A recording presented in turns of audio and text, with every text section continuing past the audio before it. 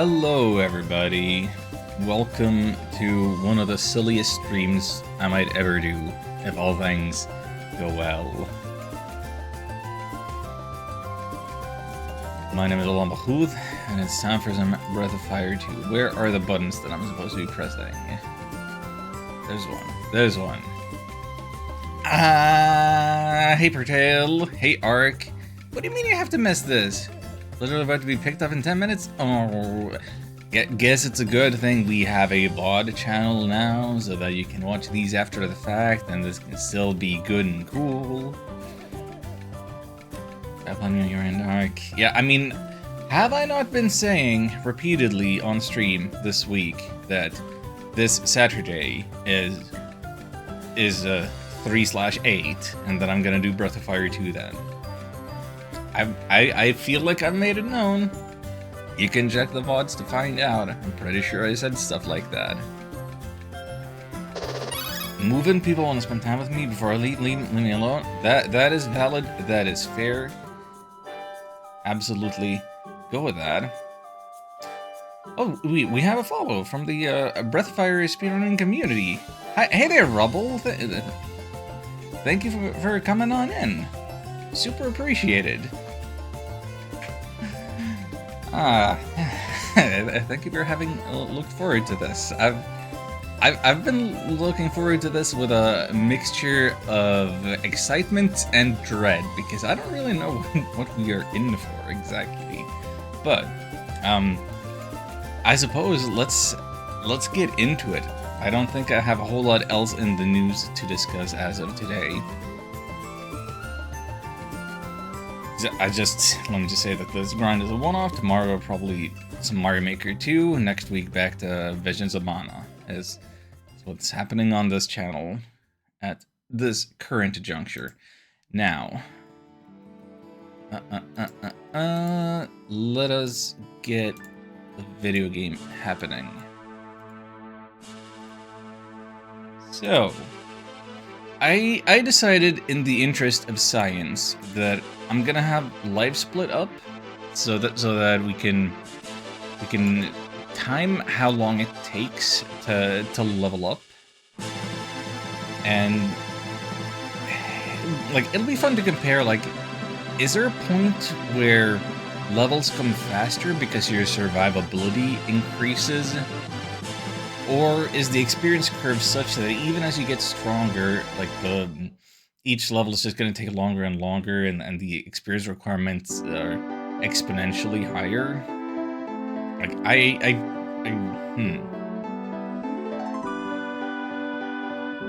that is why that's there. I want the science of it, especially if I'm potentially doing this again at some point in the future with a slight modification. By the way, is the game too loud as it is right now? Because I think it might be, and that might affect something. No, actually, it's gonna be fine. It's gonna be fine. It's gonna be fine. You know why? Also, I hope you don't mind that you're in the far right corner today. I feel like the important stuff, kind of, sort of, is the data, more or less. I don't think too much important stuff is going to be obscured over on the right side there, but let's establish the premise of what we're going to do for Pertale or anybody else who might not be super familiar with this game. So, as we start our save file, we'll notice that we are in Highfort. We only have a party member of 1. His name is Sten. He has no money. He has no items. He has the starting equipment that he comes with when he joins your party, except normally he would be wearing a salad bowl for a helmet, but I've changed that to a bandana because that is 1 point of defense less. So we are at a worse state than vanilla.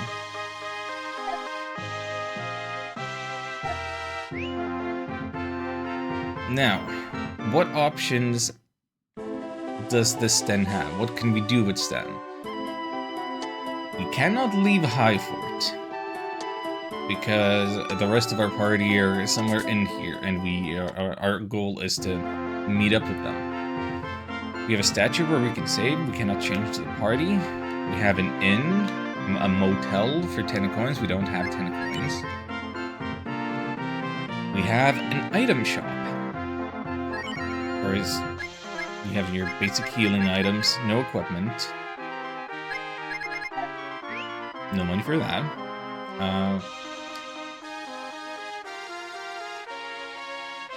An NPC guides us towards our objective of meeting Sten's old friends. Then we have the bank. There is no money in the bank. As for items, yeah, I've held on to some gold that's for fishing. You can't get rid of the Tolan. But we have a thing to restore 100 AP points. I couldn't bear to throw that away in case I would continue the playthrough and use it for something else, but it's not for Sten. Nor can we equip this weapon on Cat, nor can we equip the sword. I mean, this weapon's for Cat, the sword's for Ryu or Jean. There is nothing in the bank that Sten can use. So, what is the thing that obstructs us from our goal of reuniting with the party?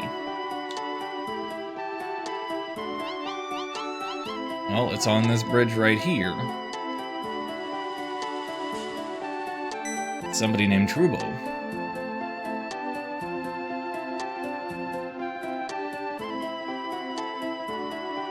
Calls us a sissy monkey.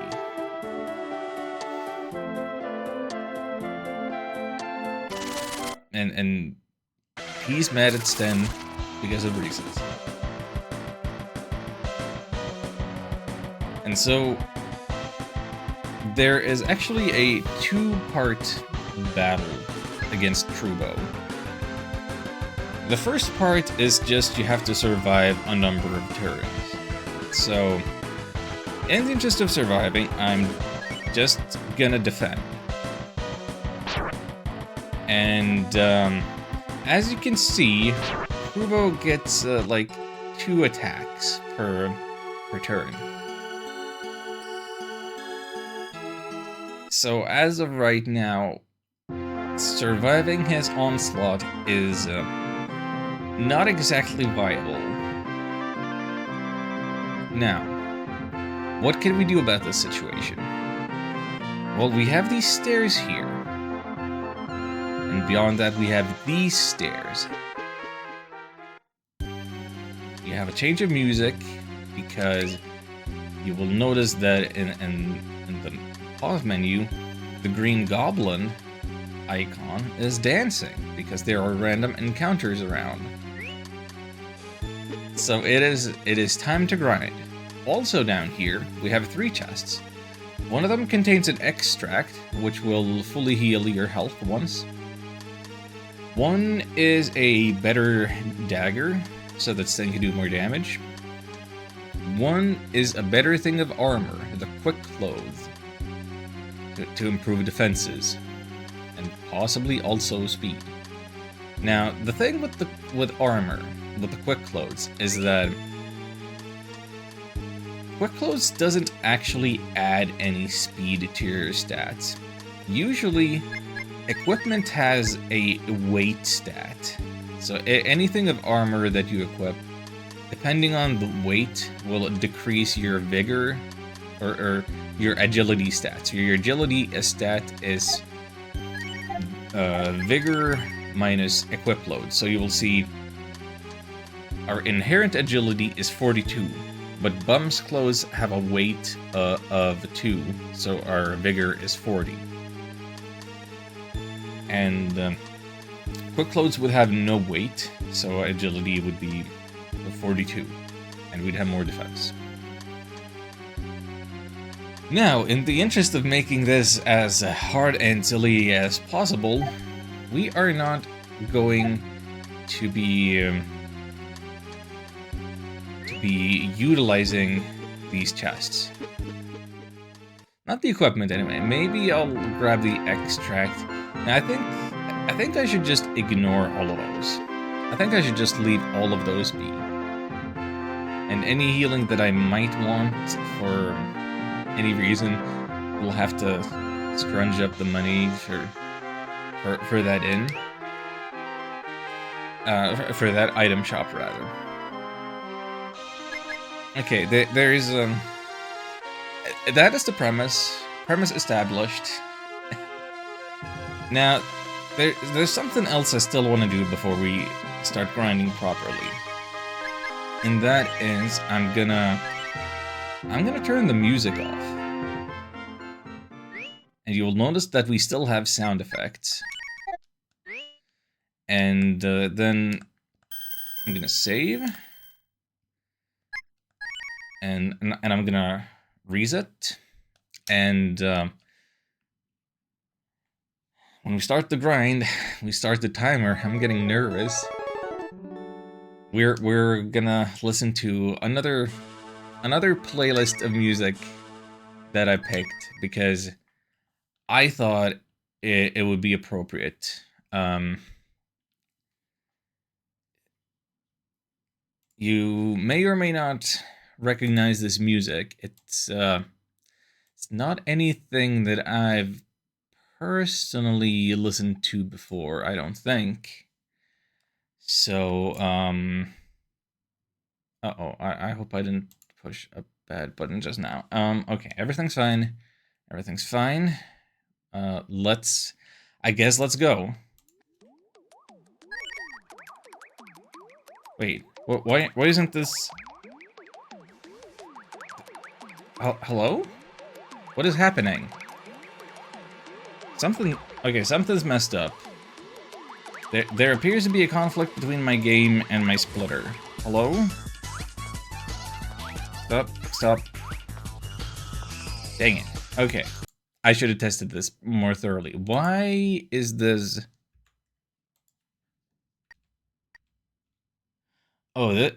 Oh, something real bad has happened. One moment, please. Technical difficulties. We're probably gonna have to turn off some hotkeys on our game. One moment, please. Doop-doo-doo. Technical difficulties. I should have known. Where are my resets things? Okay, reset this.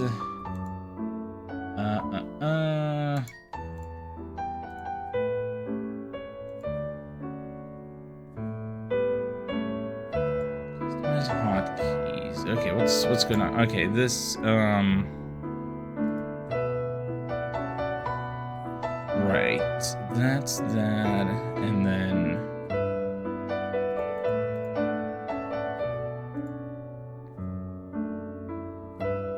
okay, that should fix the issue. There's a bit of a hotkey conflict going on.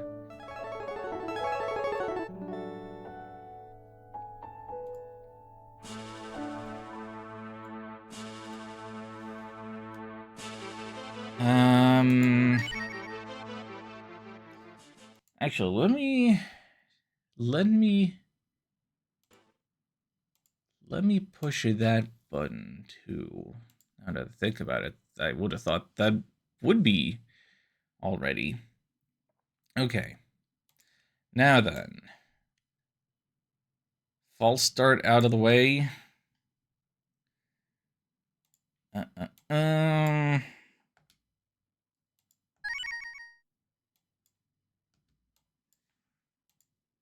No, it's still not. What are you doing?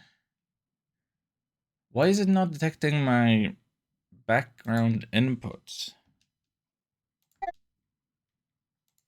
What are you doing? What are you doing?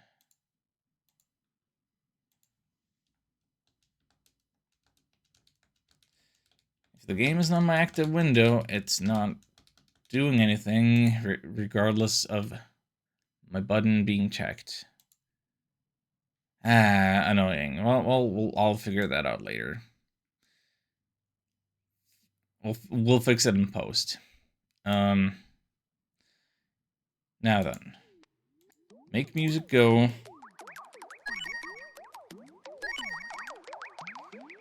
Make a timer go. It is time to grind for who knows how long. Let's see how bad this is, because we have established the premise. We have not established the enemies which we must grind against. Here's the luckiest possible thing we could see. We have a lead-off attack, meaning we get an extra turn against these. E-sludges are definitely things that Sten can beat. C-sludges are great experience. Assuming we can beat them. Can we beat them?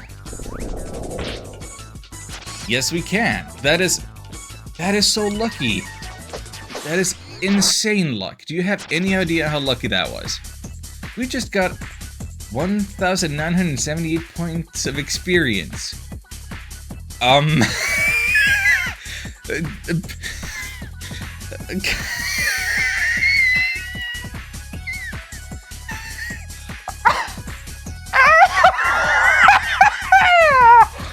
That's crazy. What's... Sorry, I'm pausing the timer. What's my button for skipping splits? Oh my god! That's the funniest thing ever. It's numpad 2. It's numpad 2. Okay.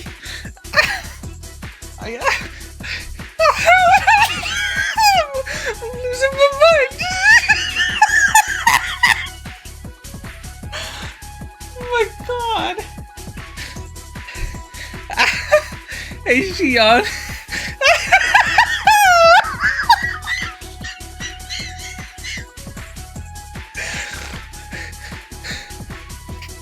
What's happening?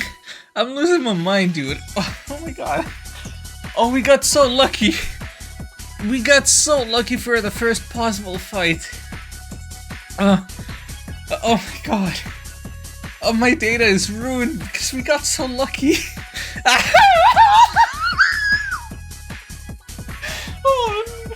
Oh no.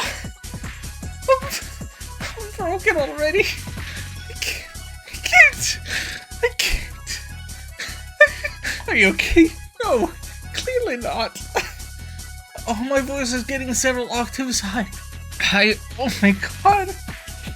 Oh.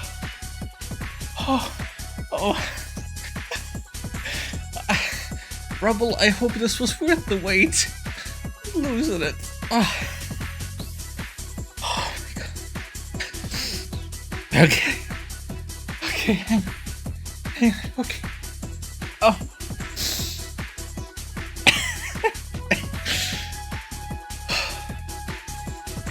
Yeah. Oh. That's so funny.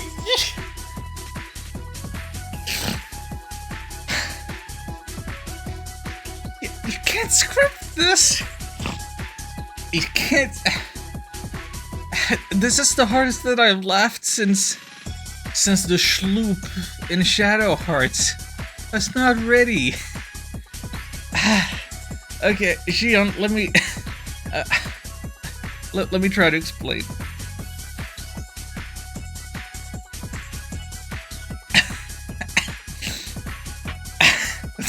I was gonna say that. Yeah. Sorry for peeking the mic with my shrill laugh. So basically what is happening is I've put myself in, like, the soft lock situation, quote-unquote, such as the game has, and, with a party member having to do a solo section from, like, the starting point of the game, meaning, he hasn't gotten any experience up to this point, and he hasn't gotten any equipment upgrades. In fact, I downgraded his helmet.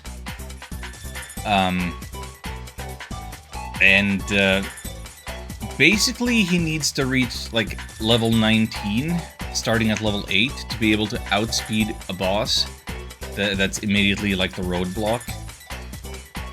And there aren't a lot of enemies that you can grind against, but we just got so lucky that we gained 3 levels at once.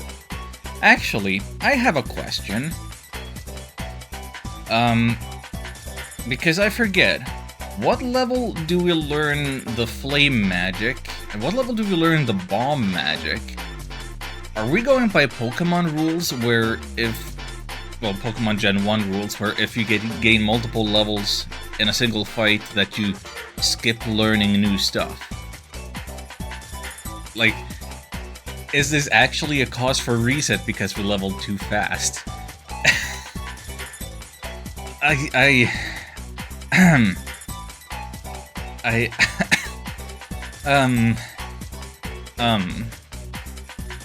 Anyway, let's get the timer going again. So we're skipping all the way to level 11, and okay, we learned bomb, so that oh my absolute goodness. Flames at 15. Okay, great. A second lead-off attack? That's crazy. I have the feeling that mummies are weak against fire. So this is another fortunate encounter. Oh, they also have that. Oh. And we're down to 38 hit points. My goodness.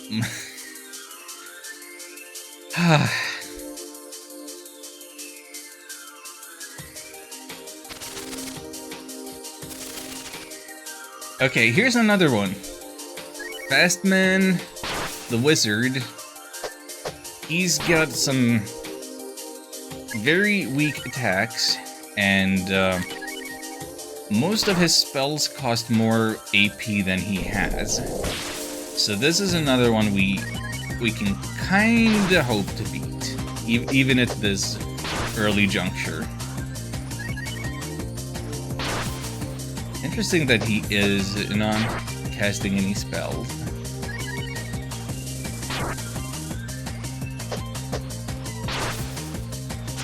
I cannot believe how lucky we have been. We have made 102 Zenny. Should I... Am I gonna do this without any resets? Am I gonna, like, save my money? So that I can buy my herbs and health balls later?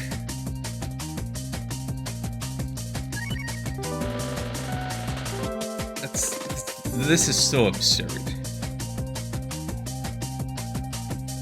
Maybe I'm being greedy, maybe this is ultimately pointless, but I feel like we can afford to waste a little time given that we skipped some splits.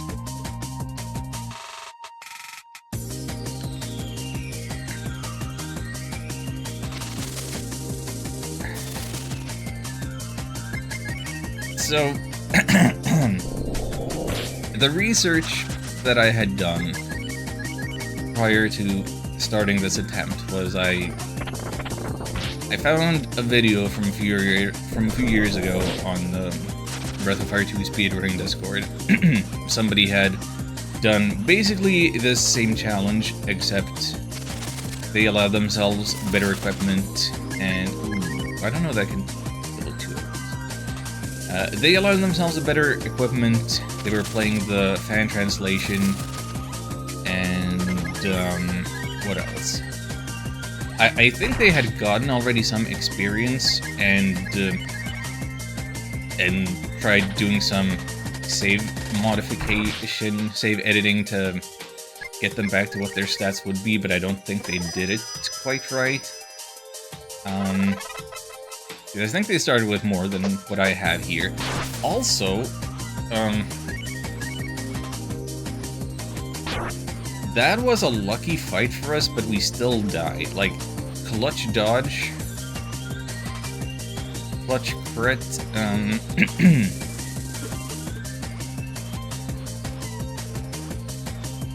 But yeah, probably expect a lot of death like that.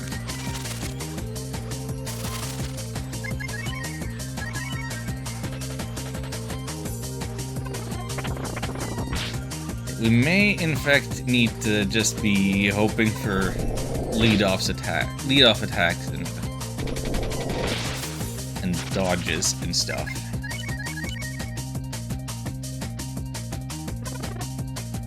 Oh, but they only have the AP to cast once.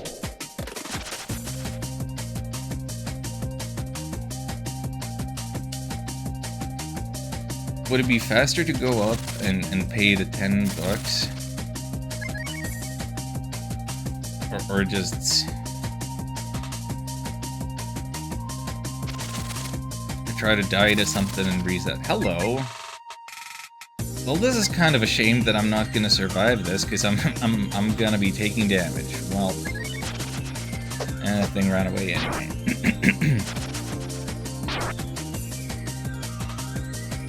Oh, the indignity. Also, thank you, Shion, for the happy reverse birthday, but again, not my birthday, and like the 3rd of August, that's not my birthday either.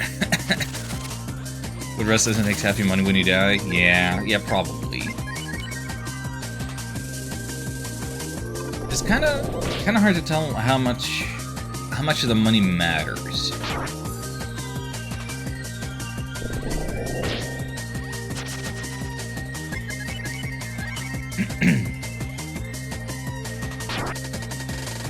For this 30th of February, I don't think there's 38. I think it's just the 30th. But we don't have a 30th in this calendar, so.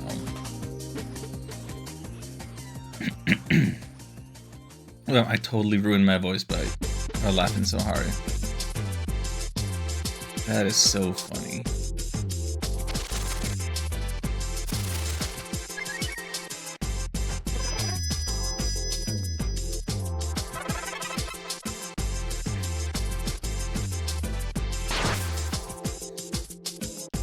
Attack up into a crit 228. Yeah, that is the kind of...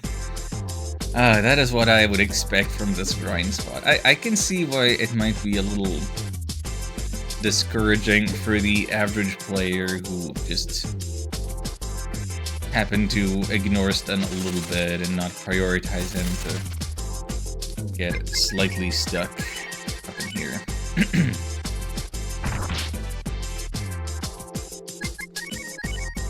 Which spell is better against these?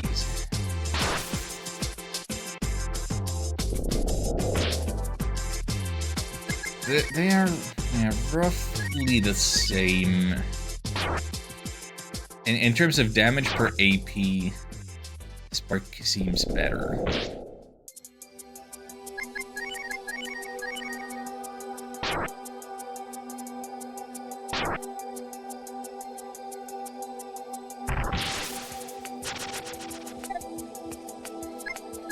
Oh, we're out of AP. Time to auto battle. So how is everybody else doing today? Happy International Women's Day.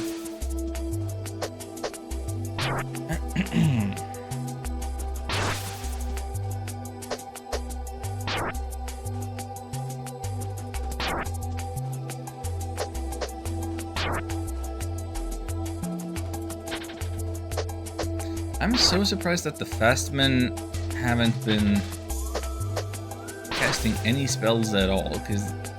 Oh, there you go, there's Fireball. That's one of the spells that they don't have enough AP for. Your PS4... Again? No! No. Okay, the downgrade from the PS5 was in fact an issue. Don't like that.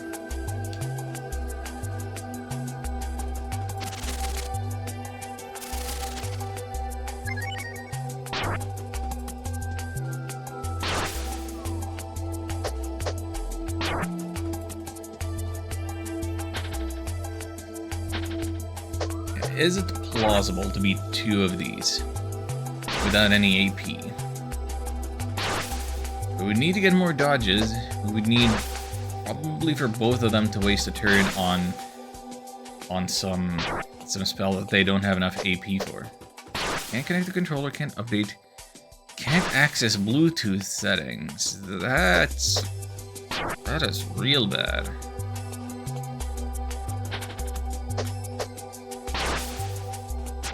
I don't like the sound of any of that.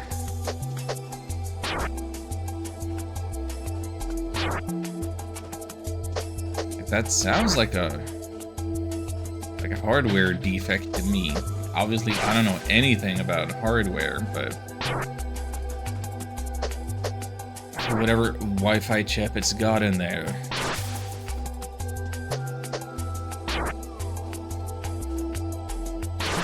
Why else could you... Yeah. If you can't connect a controller, how would you access settings? Yikes. We actually did it! Oh my goodness. Power and eject buttons also don't work. Yeah, that's... It sounds like you are describing a brick and not a console at that point.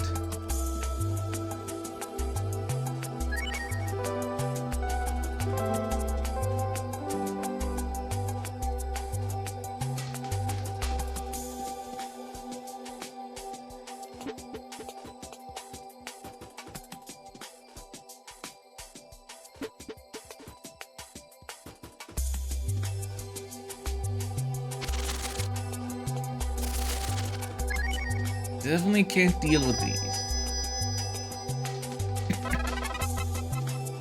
Cool if it did. Oh! That was sick. Dodging the slammed attacked up lizard. Only could have ran away. Oh. There it goes, though. Actually go to settings in your keyboard or remote control. Displays an error. Ugh.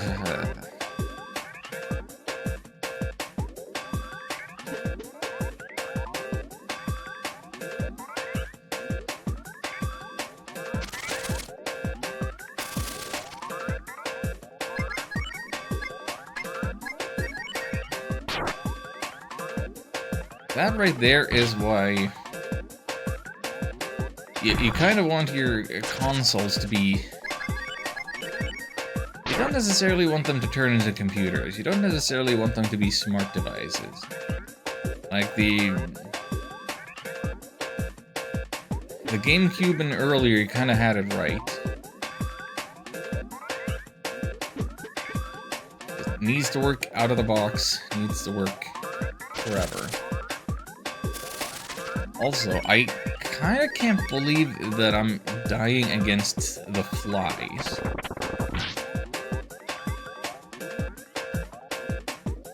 I thought they would be enemies that I stood a chance against.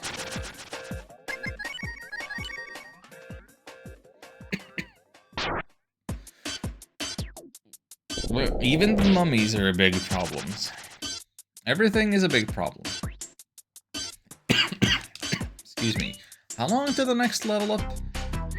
37 experience? Okay.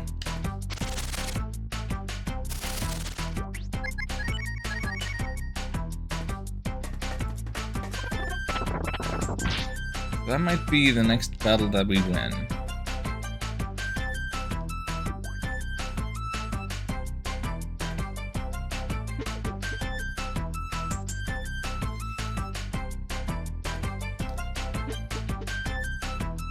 So are you a monkey?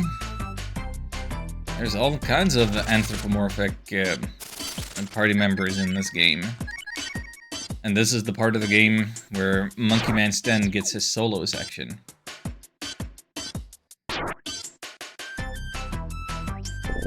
Bit of an infamous section because lots of casual players don't like using him, don't prioritize using him, and then they kind of get stuck here. And I wanted to see just how bad it can be to be stuck here.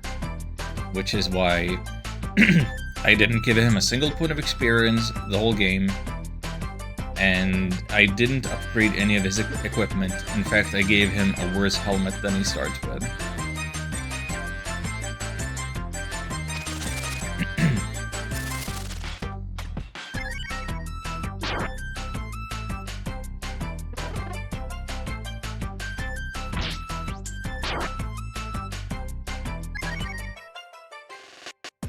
As for why I did all of that, because I thought it'd be fun. And I think it's already proven that it's kind of fun. It can be kind of fun. Like, it seems like it might come down a lot to how lucky are you gonna get with those metal slimes. I keep talking to the wrong person. I gotta remember that the inn is to the right.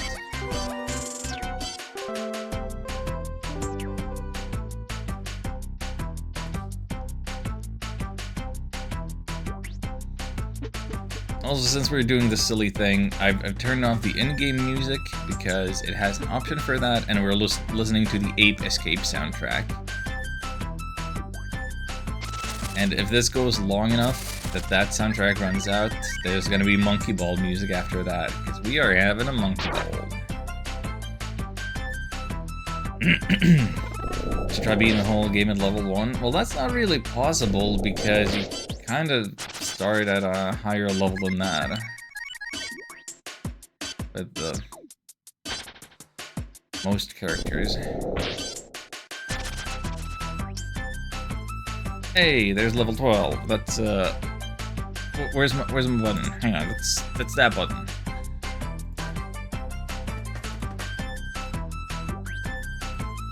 We got the split. So I think that's a more representative sample of how long it might take between splits right now.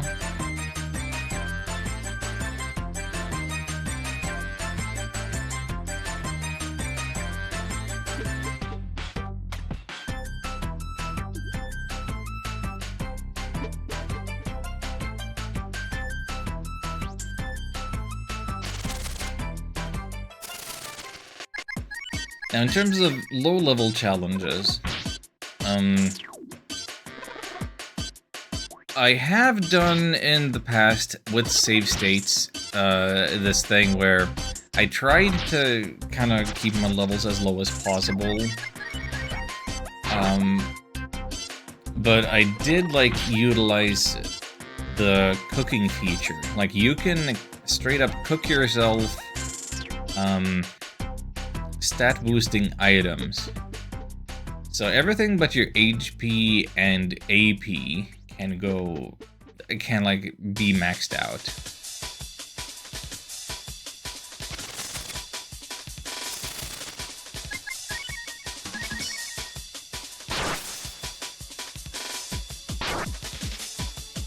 And if you wanna do it without doing stat boosting items, then I suppose what you would do is look to the speedrun community and see what they do in terms of glitching menus and inventories to give everybody some glitch weapons that attack twice and do holy damage and big damage. And they don't have to grind, they just go fast. They beat the game at I don't know what level.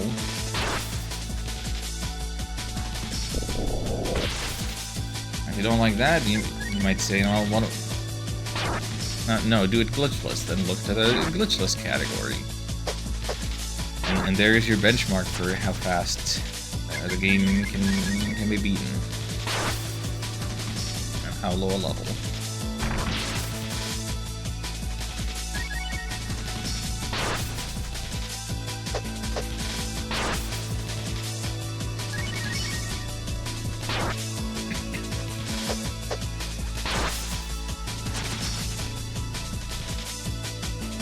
The fact that Fastmen give, like, no money is a little annoying.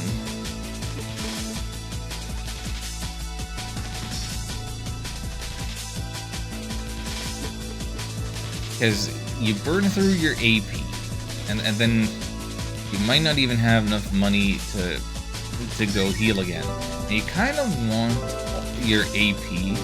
You want to be able to cast a spell on the quote-unquote metal slime if and when it shows up.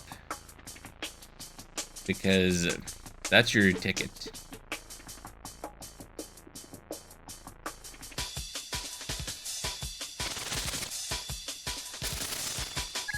You don't want those guys.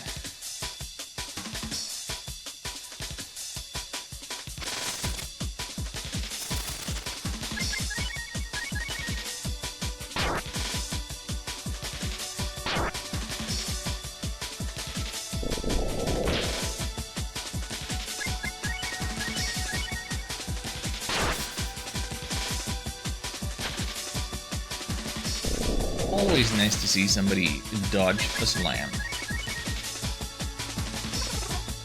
Yeah, waste your AP.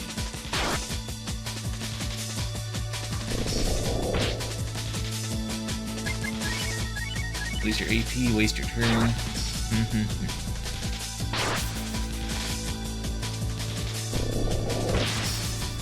Yeah, and give me the credit.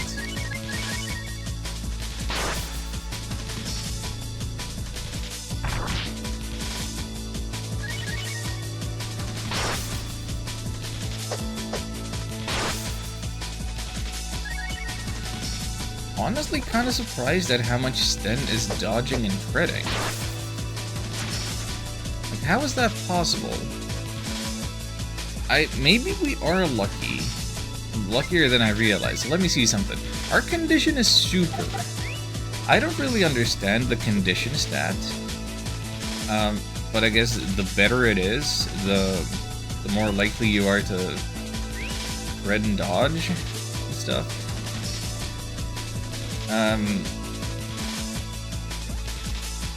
I don't know why his condition is super, given that he hasn't gotten any experience up to this point. There is some randomness to that stat.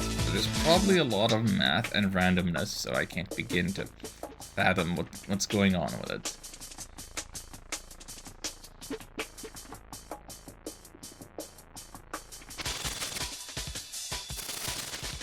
Oh.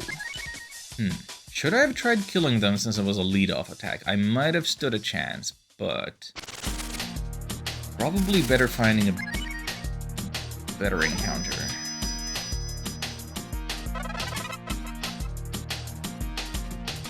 Oh. Yeah. The attack up crit.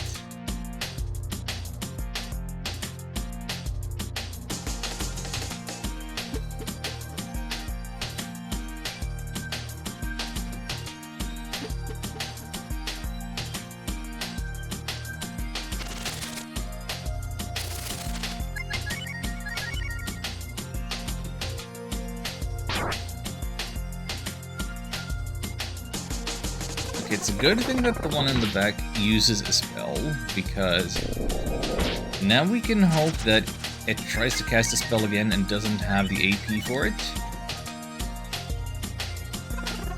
Yeah! And that is how we win. They actually give decently good money, you know, comparatively.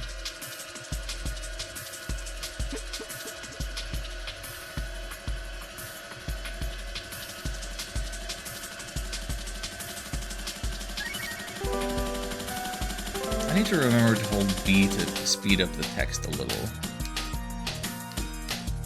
It's to waste less time. Okay, store my remaining coins.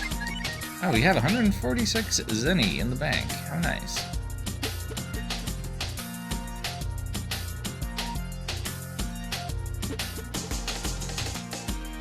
So what else should we talk about? Let's talk about Breath of Fire 2. I've had this idea rattling around in my brain about maybe making a video essay, put it on YouTube on my quote-unquote main channel that doesn't actually have any videos on it other than the trailer for my Mario Maker Super World. It's just, you know, with games like this, games that are like 50 years old, the community that the game still has is, you know, is largely like the speedrunning community, right? It's and the conversation around the game changes to reflect that. Hey Shogun! Oh, you missed some hilarity. If you'll see my splits, you will find out that I went from level 8 to level 11 in a minute because my first encounter was a lead-off attack against the sea sludge, and I could not believe the luck. We had to pause the timer. I was crying laughing.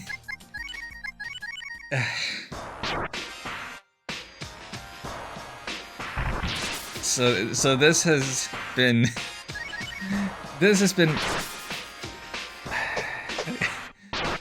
we've been lucky.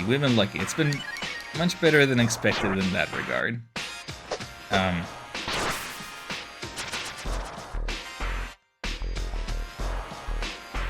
Also, we are listening to the Ape Escape soundtrack. You did not recognize it. Okay, so we don't have enough Zenny on hand to go to the inn. I could take the money that we earn out of the bank, but it just kind of seems like a waste of time.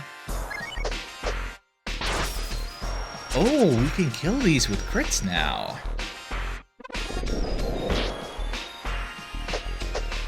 We can kill these with crits now. And they drop life pills. Okay, so if we need money, we can make money. If this goes on long enough that the Ape Escape soundtrack ends, let's not sell it. I don't know. Well, we still have money on hand. We'll do that another time. If we exhaust the Ape Escape soundtrack, we'll have Monkey Ball music lined up next.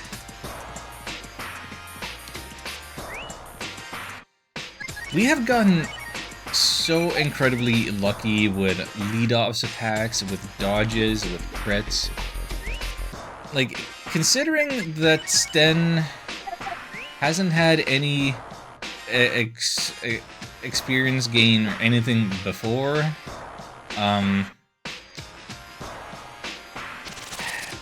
I don't know how come he is in super condition, but he is, and maybe that is affecting our luck.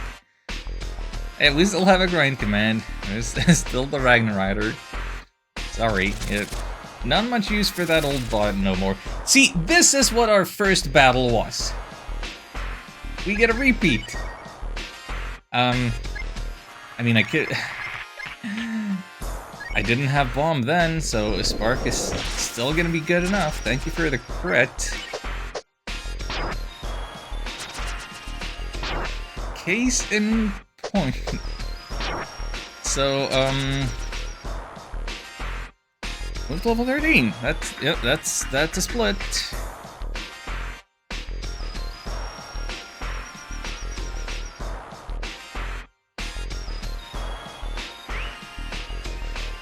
That's incredible.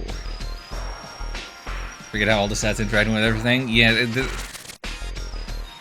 does the condition stat ever have like a tangible effect on the routing of a speedrun? Does it ever like factor into like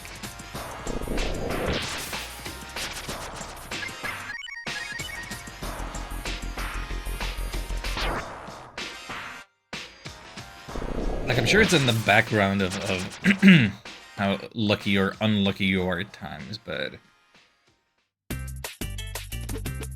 I imagine it's not important enough that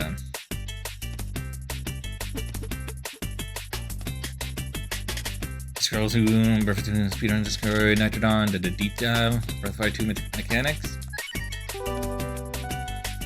I might have seen that. I could look it up again, but...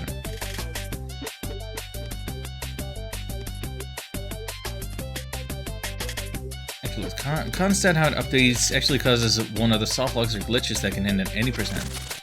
Mirror soft lock with cat. Oh! I don't believe I've ever seen this soft lock.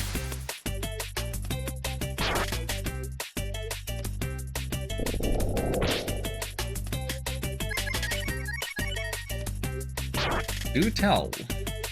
I love learning new stuff about this game.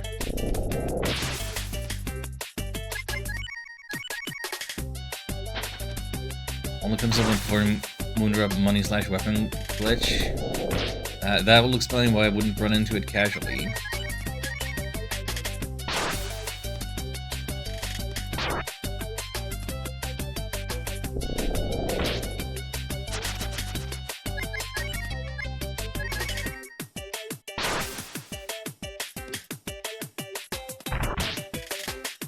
Anyway, I was kind of saying earlier how a game like this that's like 50 years old, the community it still has is basically the speedrunning community, more or less, and some, like, I guess super fans like me, and so the conversation around the game very much revolves around the mechanics and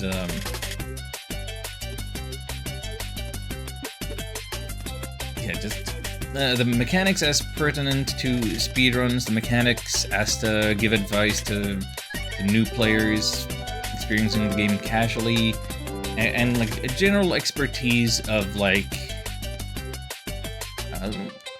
weird interactions, the translation stuff, how it's all kinds of weird and rushed and counterintuitive and wrong in places. So like that is the discourse around Breath of Fire 2, and I'm glad that there's still any, ever, anywhere. But as somebody who self-identifies as a superfan rather than speedrunner or anything, I do know that part of the appeal when I first played this game was less about the mechanics and more about the story and the characters, and that is why I've been having this idea of rattling around in my head about making a video essay about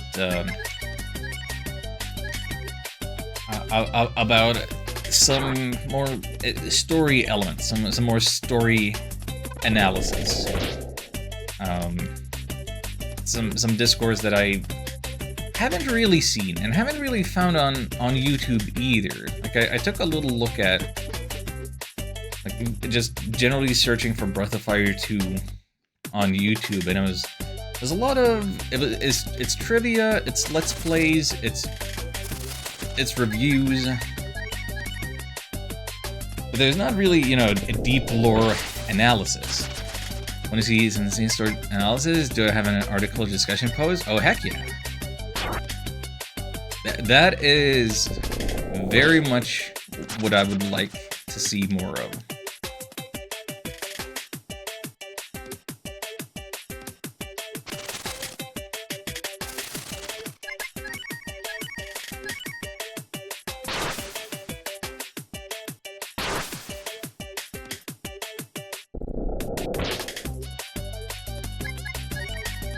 Is it me from the future who has written it?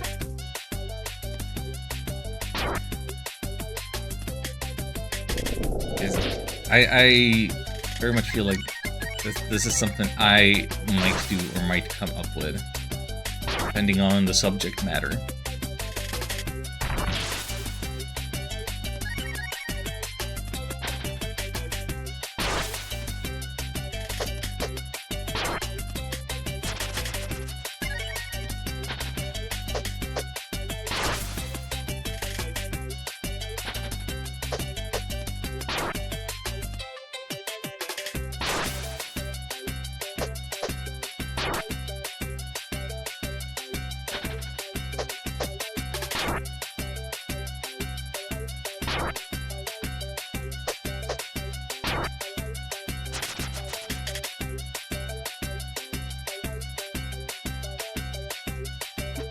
But I suppose let's open up the subject matter a little more broadly to any Breath of Fire fans in the audience. Do you have any favorite, like, headcanon for the game, or just any other favorite aspects to the story? Like, are there any parts of the game that you keep coming back to and thinking about? Or is any one of the characters more relatable to you? Has your choice of favorite character changed over time? In terms of personality and story?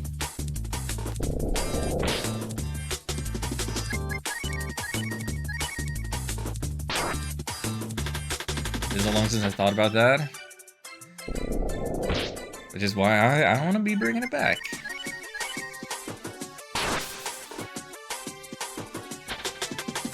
Like, every so often, not every night, but many nights over the years have I, like, imagined, like, a self-insert version of myself living through the story of this game. Either as myself, joining the party, or through the eyes of Ryu. And in different ages and stages of my life have I put different emphasis on different things. The world building, the interpersonal relationship between the characters as I imagine them.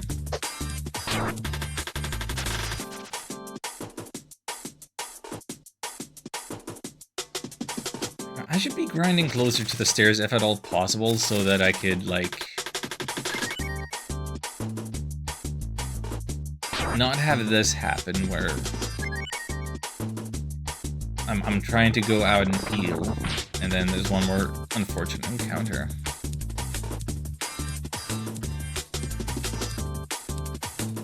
Do I still have healing money? Yes. I have the exact amount of money on hand.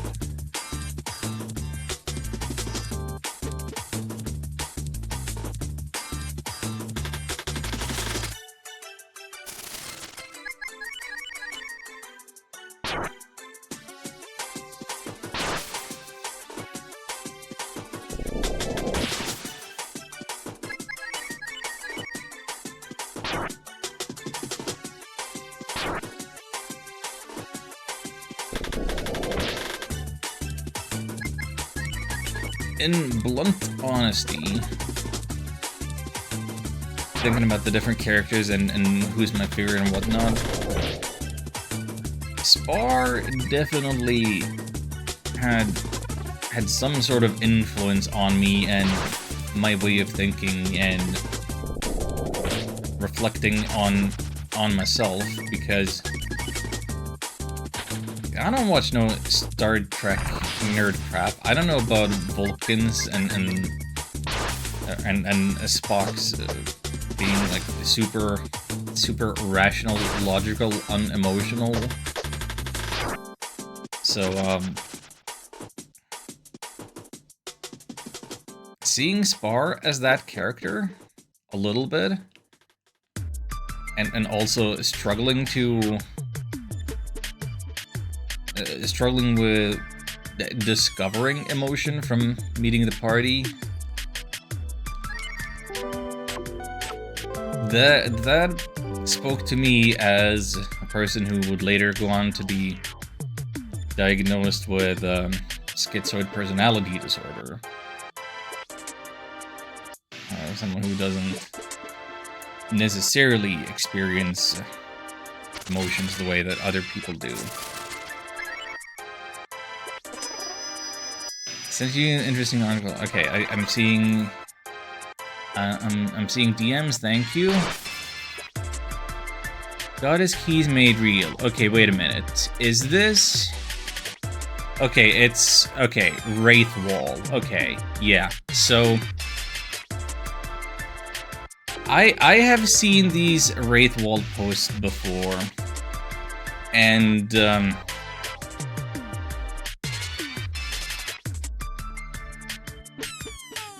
on different boards.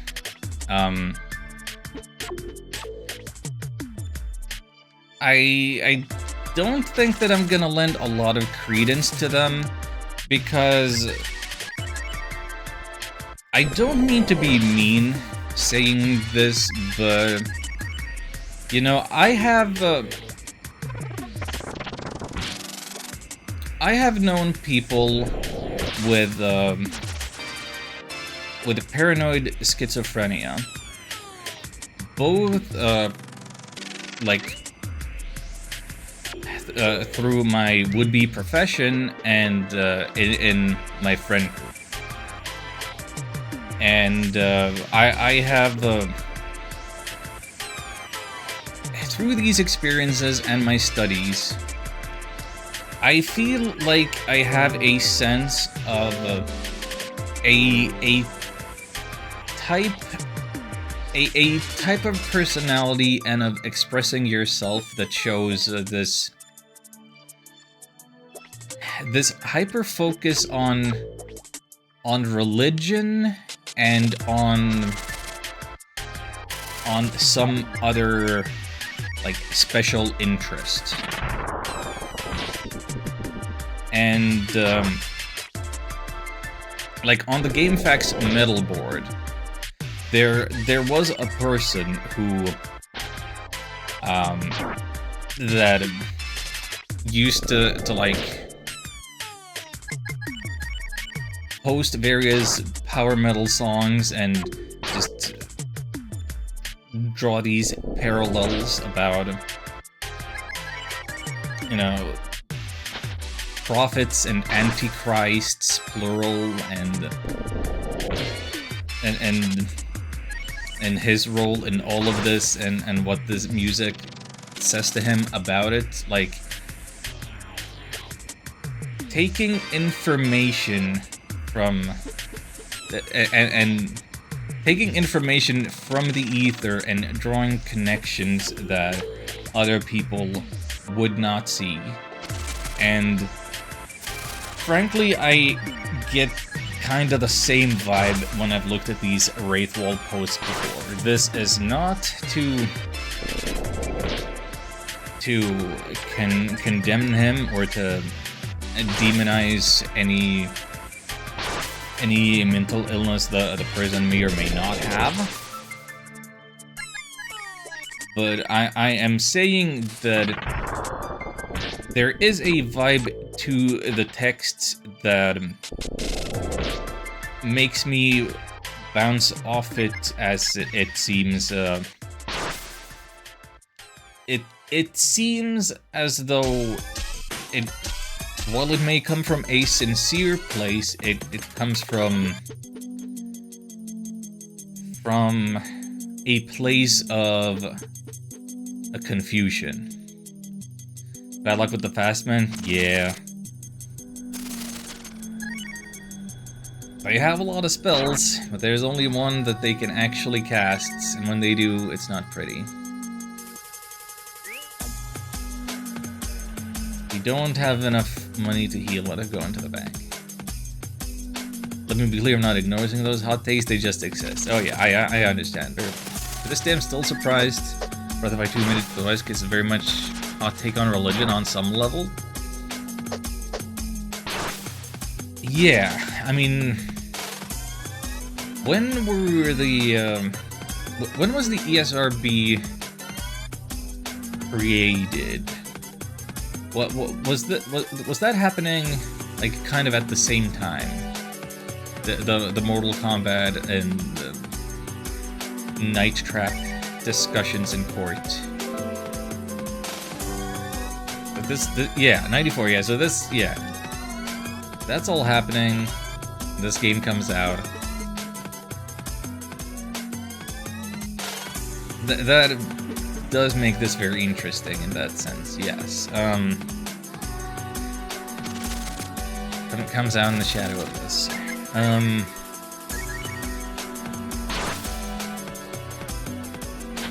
It's not really until you get to the until you get to the deep end of the game that really becomes more apparent. And you know, the people that are gonna be offended about video games based on content aren't gonna have enough attention span for that. They're just, you know, probably there to look for a reason to be offended. People who would ban video games regardless of content wouldn't care to look any deeper, but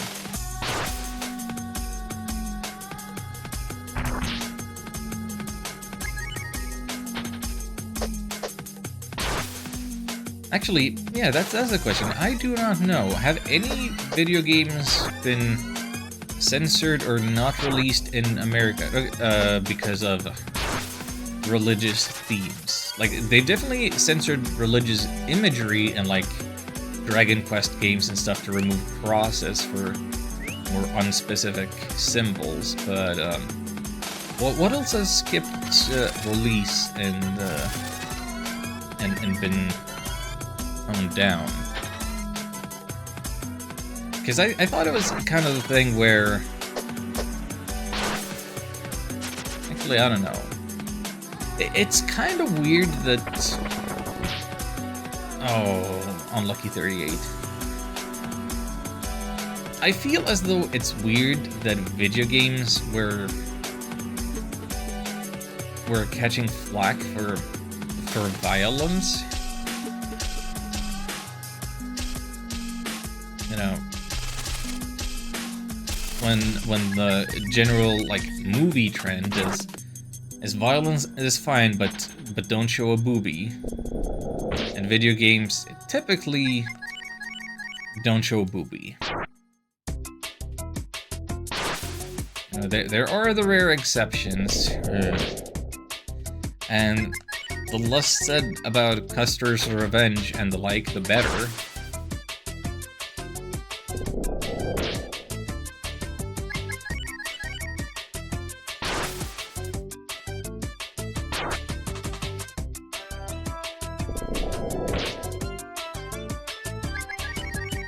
Because what is the history of?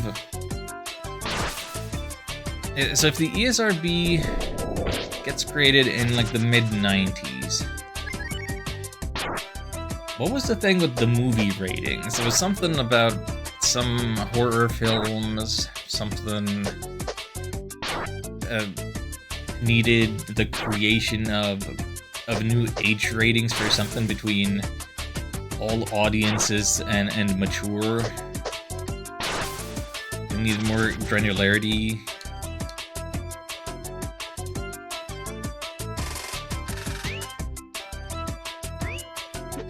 Hey, we can afford to heal.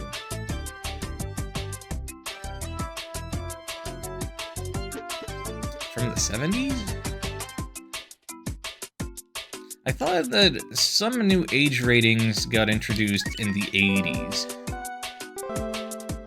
So that culturally maybe wouldn't be that huge a gap. I don't know. Well.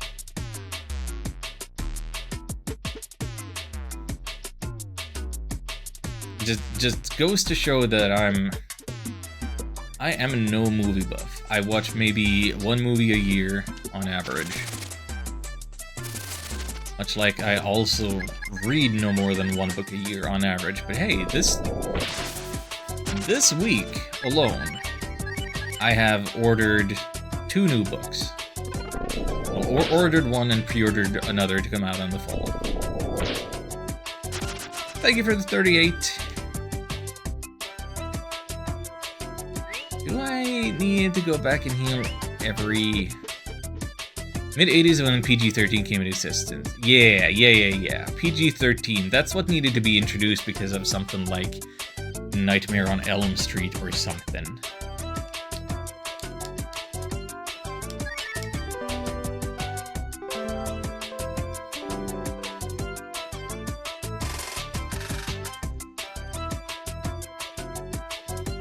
For mid-80s, 13-year-olds doesn't exist. Yeah, they were superstitious back then. You turn 12, you turn 14, and then you turn 14 again. Kind of like how they still sometimes do with elevators. Or they just skipped 13 entirely and go from 12 to 14.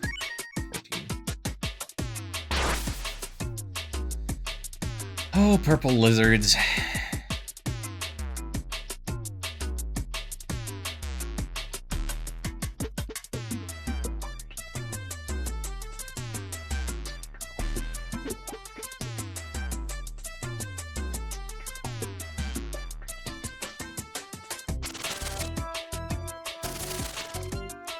Aww.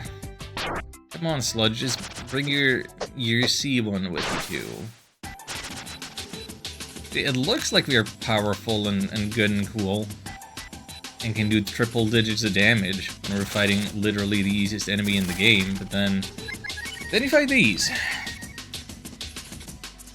And then you fight purple lizards.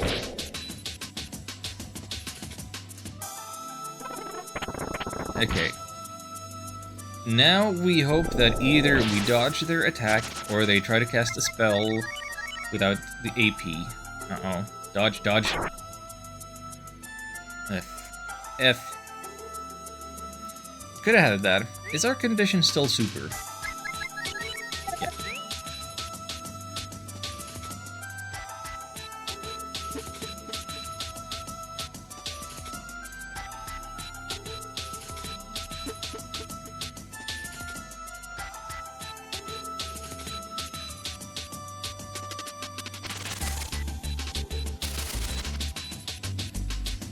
Okay. 2 of these. If they curse us, we'll be... Okay, since it's 2 of them, we should still be fine. Never mind, that doesn't kill. I need to use bomb on the flies.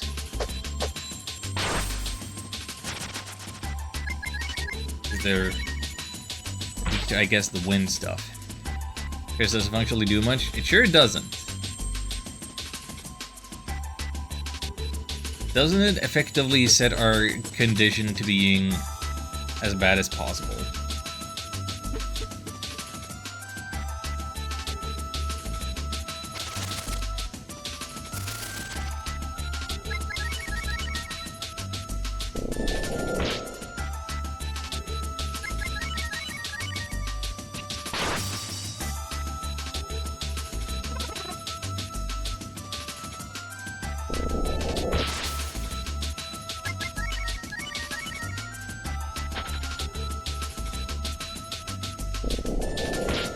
What is it that it prevents? Dodges? Crits? Gut stat for getting back up? In case we get knocked down?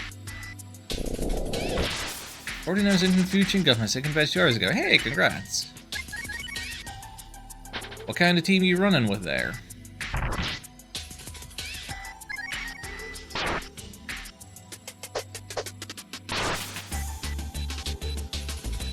Also, are you doing, like, vanilla playthrough or a randomized playthrough? I forget. Forget if you mentioned that. Hey, level 14! Oh.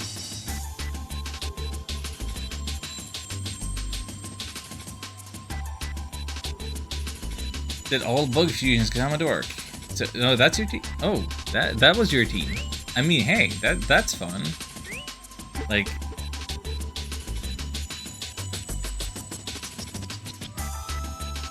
I approve of sticking with an element, sticking with a type.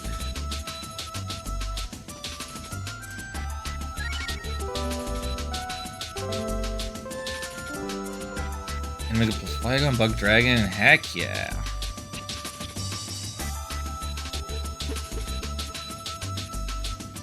Currently, Nidorinoa from Final Fantasy VIII. Spinarak Mankey, Magikarp Pichu, Tangela Ivysaur. Glad to have a Tangela part in there. Harping Sandshrew, Beedrill Pidgeotto. Hey.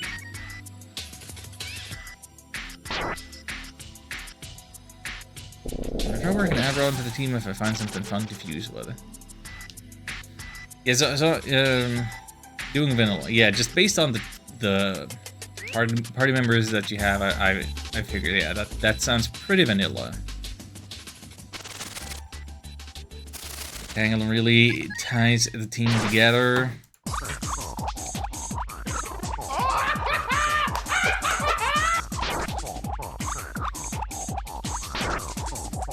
I forget my own sound commands. Yeah, you get the more intense one now, but I probably meant to do the awkward laugh of LOL, not LUL. Anyway.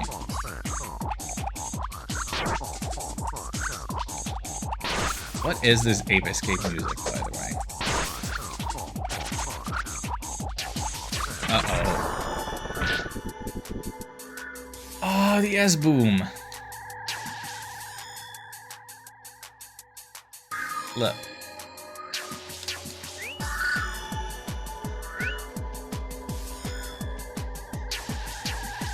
Magikarp Pikachu Fusion is wearing cool sunglasses. Nice.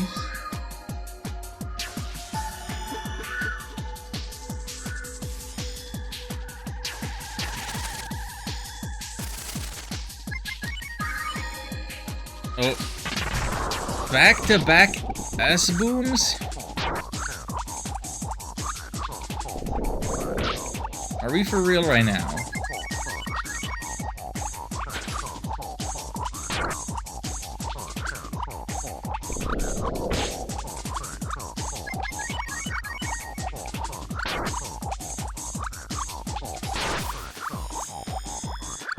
Game's got the jokes.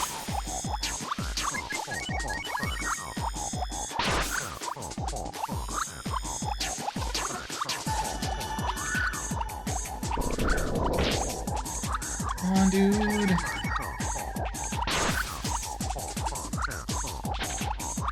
Thank you for the dodge.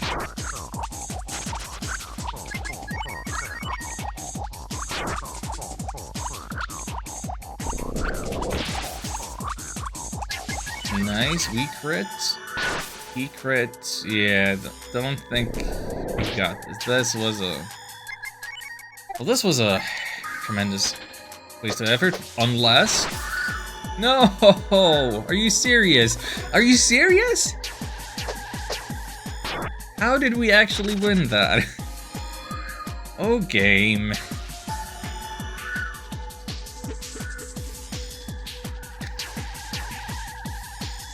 I feel like I am developing a new,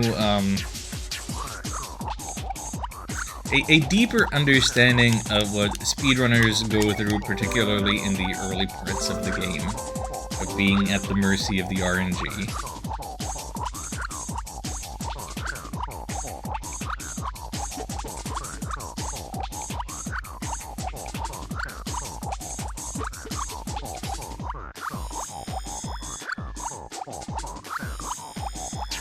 Yes, oh god, yes.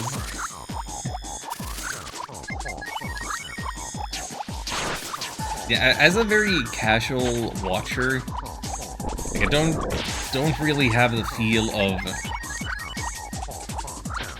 like how much is that gonna set you back, how much is that gonna ruin the run, and like, you'll still be fine, but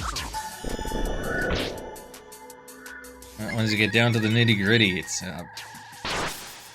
pretty brutal, isn't it?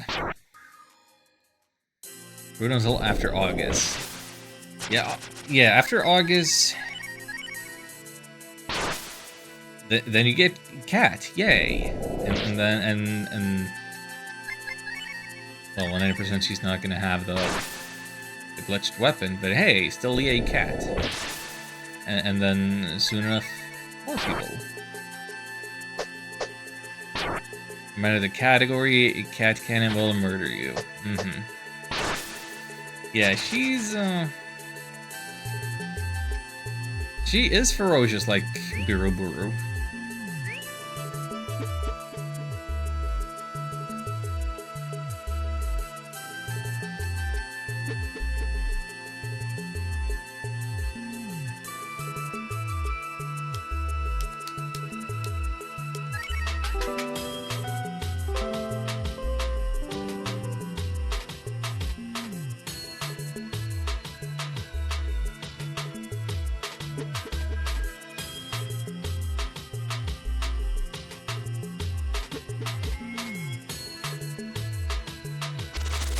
Feed my wife is froze girl like you're brewing me cat.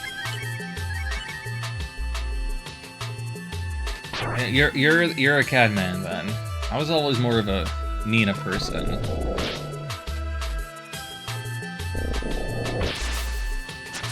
I mean that is the question that Sten asks you at some point in the game. If you talk to him in his room, he'll be like, "Hey, Mister, which one is it, cat or Nina?" And then you pick a choice, and regardless, he'll say, "Ah, just like I thought." Something. Standing right behind me, made that joke at my wife before. Of course, she knows Breath of Fire 2 from me, as she should. Spouses should be each other's biggest supporters in all their hobbies and endeavors. I don't know what your IRL wife is super into, what her specific hyper focus is, but I sure hope you know everything about it and know to get the fan arts and fan crafts and official DVD releases or what have you. Pokemon and crafts? Pokemon is a great thing to be hyper-focused on, because there is always more. What excited get Pokemon ZA news from Feb? Oh yeah! How about that? Glad you got that to look forward to. I have not played any of the Switch Pokemon games as of yet, other than I did use the Mystery Dungeon remake demo during a charity stream to let people do personality tests. That's the extent of me using that. But just yesterday, Pertale forced me to start a playthrough of Pokemon Mystery Dungeon Explorers of Sky, and I do believe that I'm gonna get back to it and do a full playthrough of it once I'm done with what I've already made my current full playthrough to happen on the channel, which is Visions of Mana.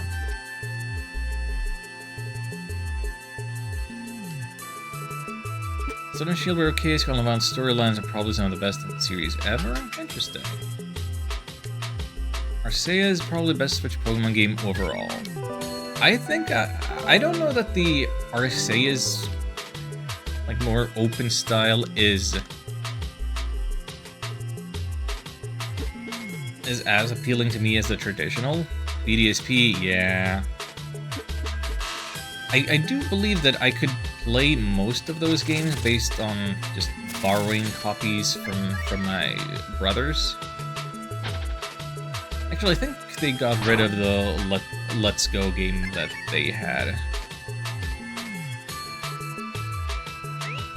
Damn, I actually got away from them. But yeah, I could probably play most of the Switch Pokemon games without paying for it if I wanted to, and that might take some of the sting out of it.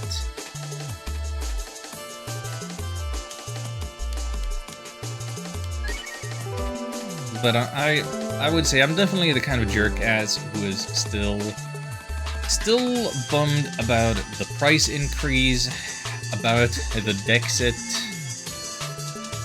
and getting tired of the series from annualized releases and the mobile-ification of the franchise. Like, Legends ZA was the only non-mobile game in that February Direct, wasn't it? Let's go. Not played either then. Kind of not Gen 1 Necessity passed on them. That was great, don't get me wrong though. Yeah, if you force motion controls in on me, like, I'm probably not super interested. Like, actual Pokemon Go is a little different because it's like it has the full body immersion of you're supposed to go out and about. me being able to do my dailies from where I'm sitting right now, based on having a Pokestop like right next to me, is not really the intended use case for that game.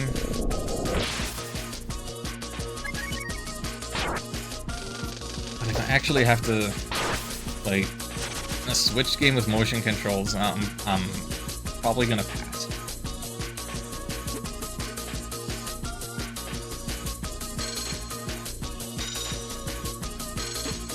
But yeah, I have had a bit of a Pokemon itch lately, which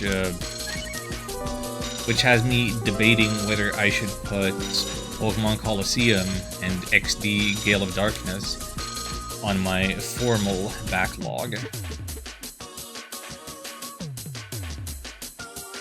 I have a formal backlog and an informal backlog.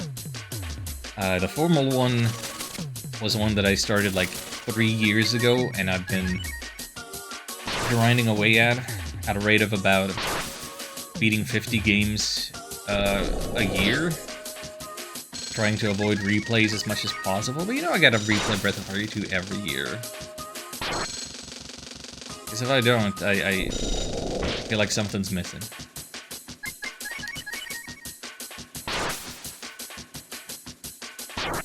But yeah, I had a list of 70-something games that I had for a long time meant to get around to. And once I started making that spreadsheet, I realized that that's a lot more games than I realized how am I ever gonna have at the time. Skyrocketing anxiety. But then I started working on it, and now 2 years and some months later, that list of 70-something games is down to like 15.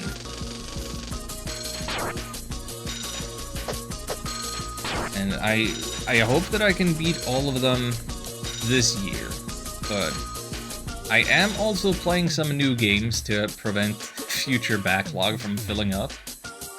Like Visions of Mana, I pre-ordered it last year and only getting around to it now, but still, it's not often that I play a game as new as that.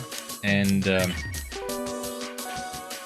in a few months, I expect I will be playing my most anticipated game of 2023, which is Fantasy Life I, The Girl Who Steals Time, when that long-delayed, long-awaited game finally comes out. Lead-off attack! Has every single Sea Sludge that I've seen been a lead-off attack? Are we 3 for 3 on that?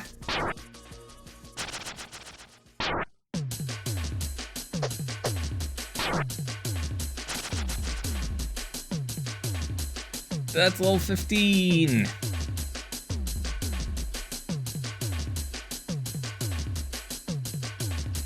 We now have Flame. That may, in fact, be super helpful in the grind. Hey, another lead-off attack, so we can... Okay, from full health, full AP, we can cast this twice. Didn't quite have full going into this. But still, that's a pretty dramatic improvement for our grindy purposes, I think.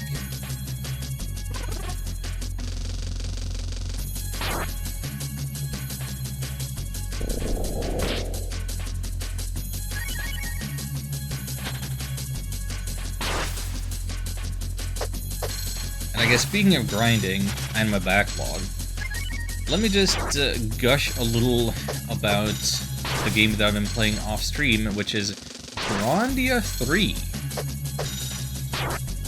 I've really enjoyed grinding in Grandia 3 because that game has such a cool battle system. It's an interesting hybrid of action and turn-based. it's turn-based, but like in real time.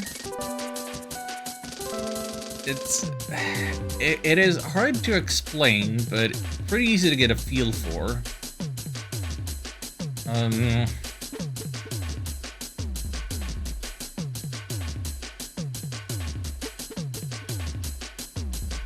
And so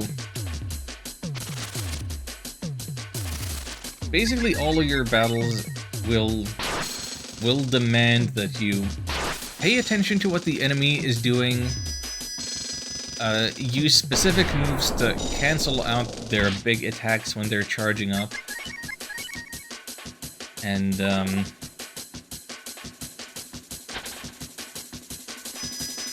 yeah. And you don't gain any, like, speed when you level up. So that's only a matter of equipment. And like, battles take place in a physical space, so when it comes to shoes, you can either prioritize getting your turns fast or having a lot of movement so that you can reach enemies farther away on the battlefield. Or try and split the difference if you can. But I've had such a great time grinding in that game because I happened to find, like, the good spots. Like, there was a setup where I could consistently be fighting a group of enemies that gave 1,200 experience per battle. That was in the desert, and that was great. And that was actually more experience than I was getting from the random encounters in the jungle and subsequent jungle dungeon that happened later. And so 1,200, great amount to be receiving. I was happy. Then in a later dungeon called Milk Ruins, I found an encounter with 2 red beasts and 1 lesser demon, I believe it's called. And that battle gives 4,800 experience per battle. So, like, an order of 4. Now, to make things even better, these beasts, they drop lucky books. And the lucky books you can burn and turn them into a skill that effectively, with a little setup, makes it so that a party member gets double experience. So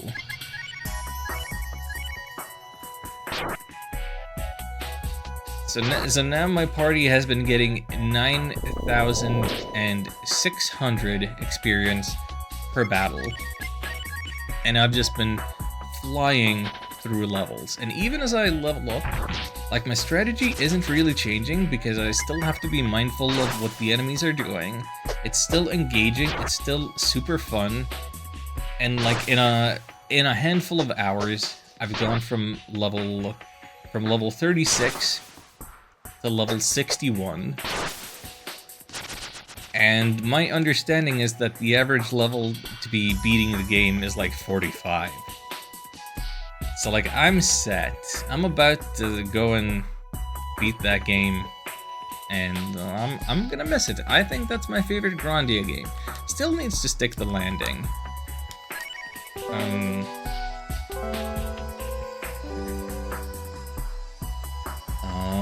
But yeah, I'm the kind of person who can really enjoy grinding. Just let me turn off the music, put on some other jamming tunes or a podcast or something, and I will be so very zen. I'll be a happy camper. Wait. One of the mummies attacked, then stunned. The other mummy didn't get a chance? Are we speed tying the mummies right now?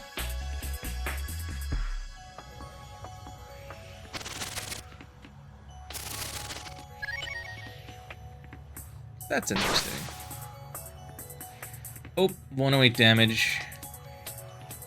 That's a Suikoden reference, because the remakes of 1 and 2 are out now. Came out, I believe, yesterday. Hooray for Suikoden. Good on you for getting an anime. I don't know about that mobile Suikoden game that they're making. Sounds like it's probably gonna be some gotcha nonsense. They're gonna monetize the crap out of, but maybe they can salvage it and rip the gotcha out of it for a later PC release, who knows? Prince Suikoden, hey Tobias, you did. You did.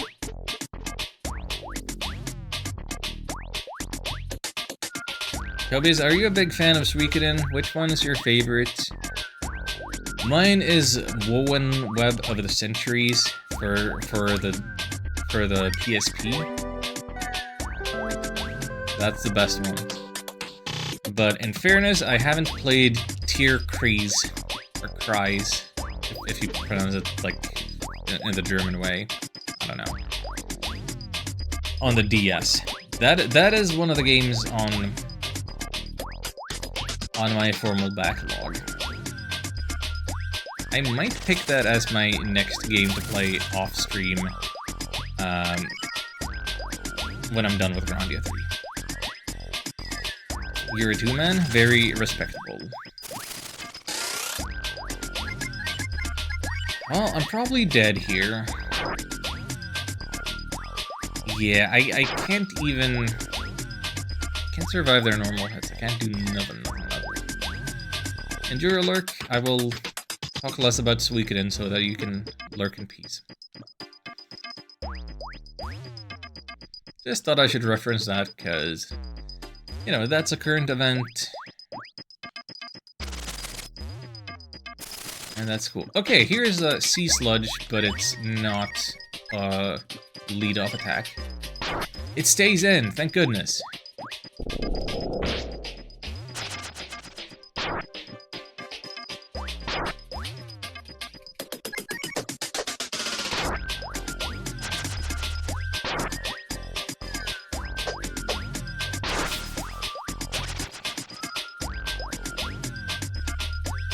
That is no longer enough to, by itself, send us to the next level.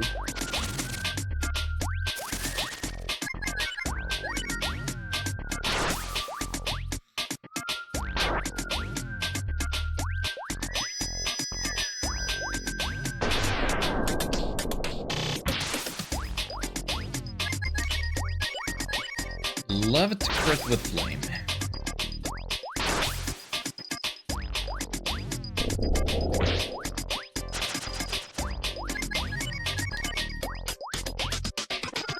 I said I wasn't going to talk more about Suikoden, but I'll just... This thought is in my head and bothering me. I probably have to play Suikoden Tactics one day, so I can really say that I've played all of the main games of the series.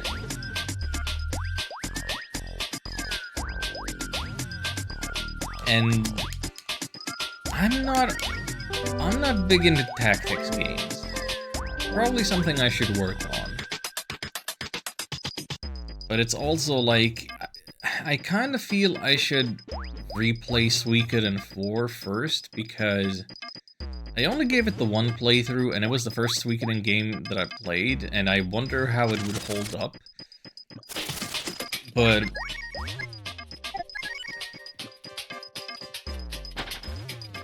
given that I have a fairly big backlog, and a much bigger informal backlog, I don't feel great about replaying games that I've beaten before. I kind of feel like I'm wasting time.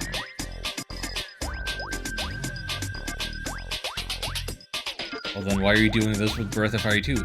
Because it's my favorite game and I'm doing something in it that I've never done before. I can justify it to satisfy my own mind goblins.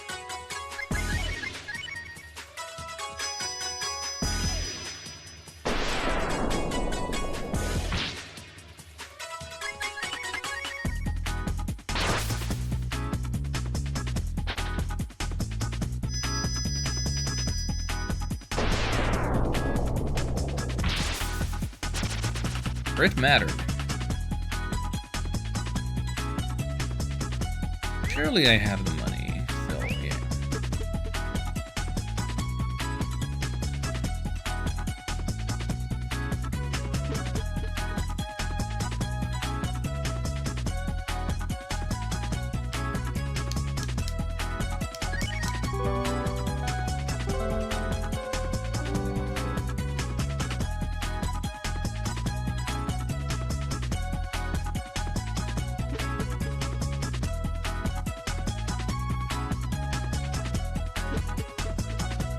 But yeah, so to go back to the earlier thing I was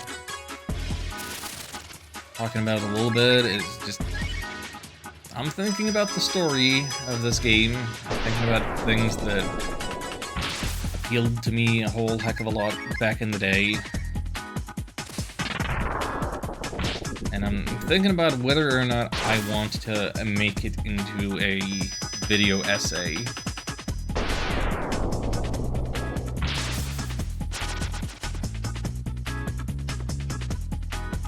Part of the reason I would want to do that is that I kind of had this idea when I bought my new PC, which is no longer super new, it's turning 2 this year.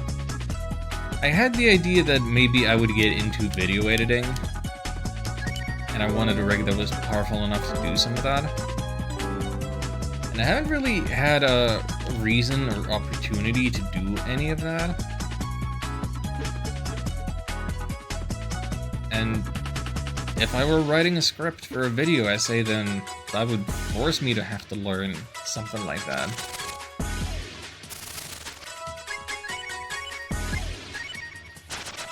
Oh, the sludge ran away. That's a first. We've gotten pretty dang lucky that we're level 15 and that's the first time we see one run away.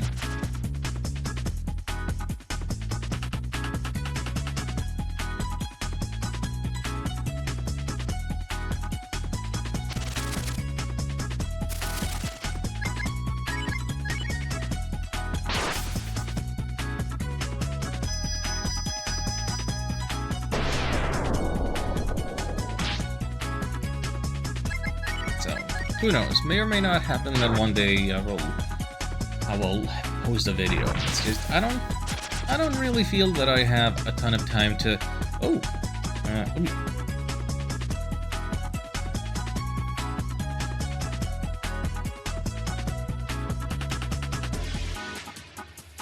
don't feel like I necessarily have all the time to dedicate to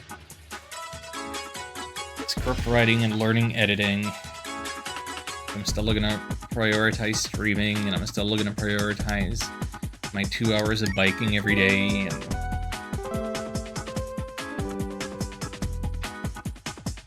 gaming backlog and stuff.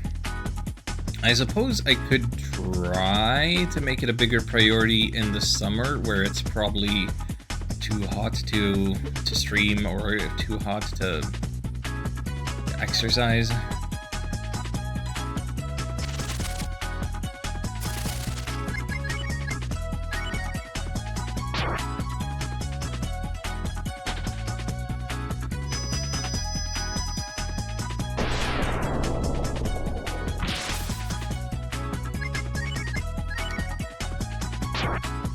I suppose the problem that I have with the script in my head before I've sat down and written anything of it is that I fear that the scope of what I want to do, it keeps ballooning. I feel like I'm getting into tangents, and I don't know that is how I want it to go. Like, I don't know that I want to make like a multi-hour or even half-hour lore analysis thing that goes into everything. Like, it kind of started as an idea about one specific thing, but then when you're writing an essay, you probably want to reach a conclusion, and that conclusion kind of has me going back and forth about how much other stuff I need to bake into the same thesis for it to make sense.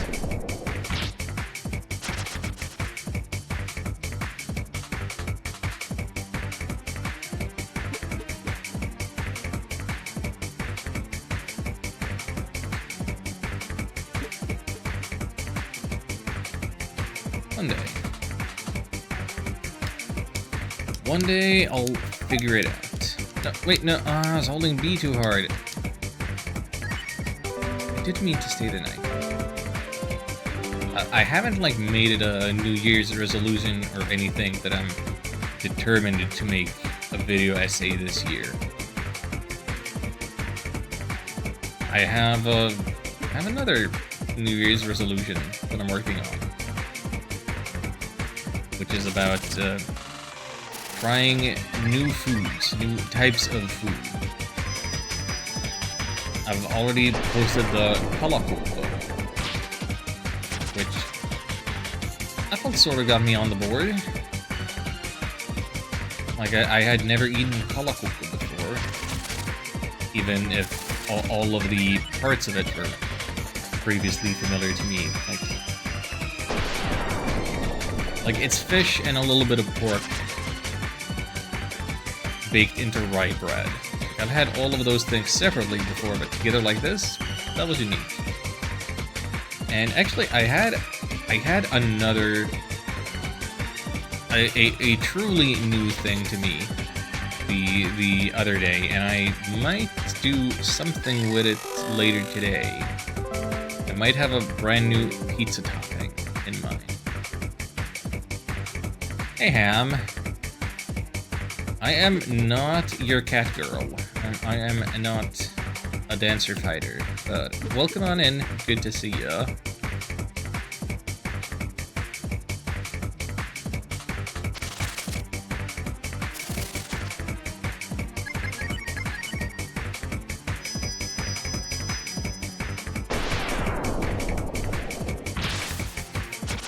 Is that your cat girl? Yeah, there's a cat girl party member that you are not gonna see today.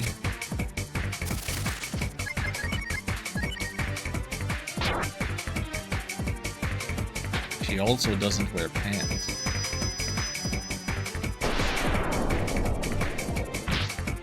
Cat girls are good. I could not name a single cat girl character other than Cat. Her name is literally Cat, yes.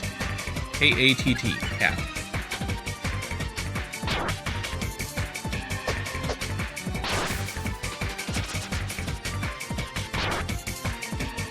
I think the localizers made a good call in changing the name from Rinpu to Linpu to anything else.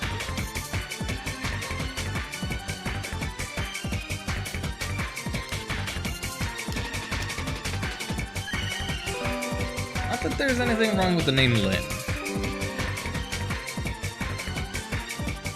It looks more like a tiger, though? Yeah, maybe.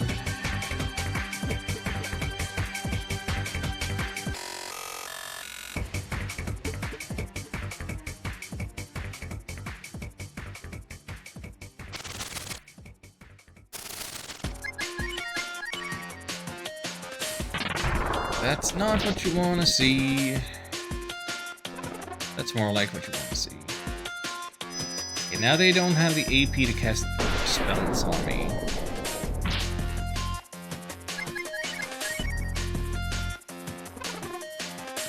Actually, I have a question for any speedrunners and such that might be out there. Does Live Split have an option that I need to check somewhere that for the splitting so that it accepts background inputs? Because for some reason, regardless of the button that I check in my totally legitimate Breath of Fire 2 game,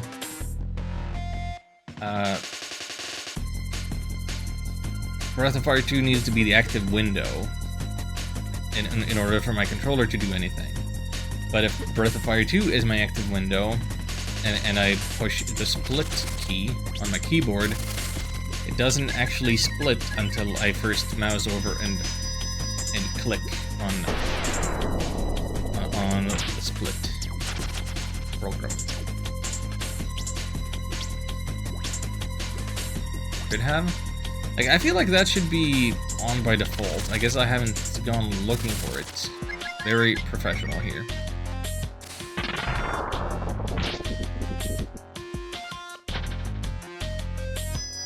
Okay, the fastmen are getting ruthless.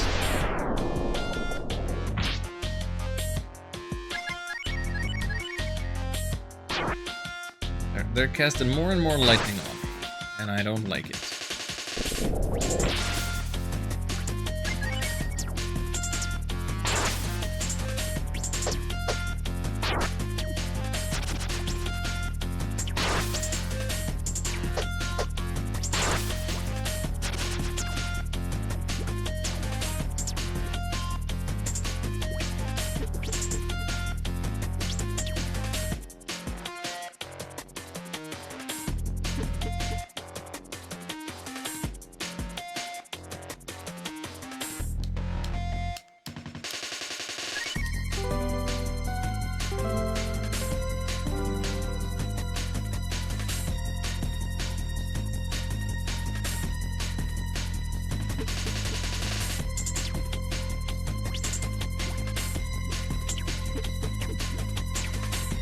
Let me check my numbers a little bit. We have a lot of money. We need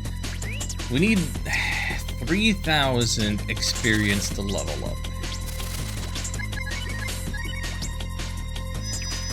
Over 3,000. So that would be like another 2 sea sledges. Beating the 2 mummies gives us only 69 experience. This very much feels like what it comes down to is a lot of luck of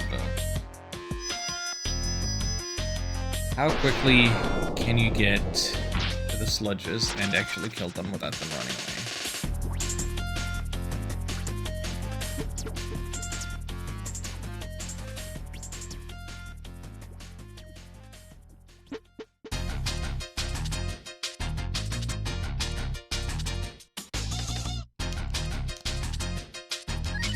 And I thought being level 16, we're almost there. But in actuality, not really, because experience requirements are gonna keep climbing.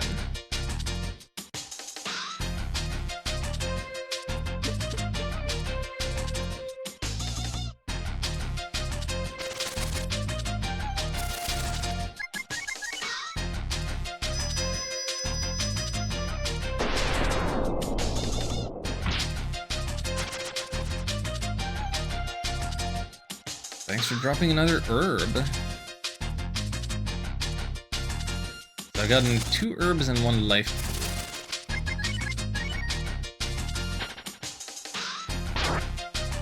You know, honestly, I did not look up any potential item drops that you might get from fighting enemies here. If any of them would drop better equipment for stun, I would not use it. Not for the purpose of this silly grind stream.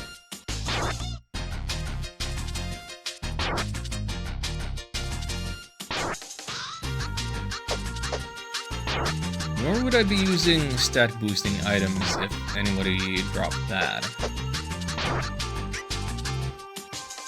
But if that kind of stuff is available, that would be cool. That would be helpful for people who actually get stuck here and need the help and want to get out as fast as possible.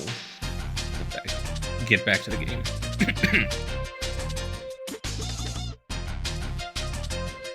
Oh, one thing I haven't mentioned, probably goes without saying, but I'm also not using any shaman for Sten.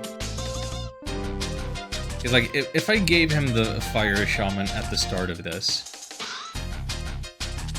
the shaman goes away when he dies, and we have had plenty of death, so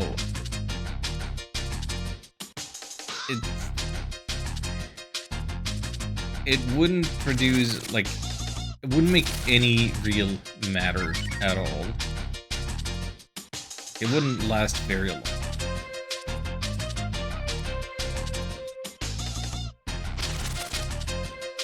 And it wouldn't be in the spirit of making the challenge as hard as possible. It's staying in! It's staying in! Tell me that you die from flame.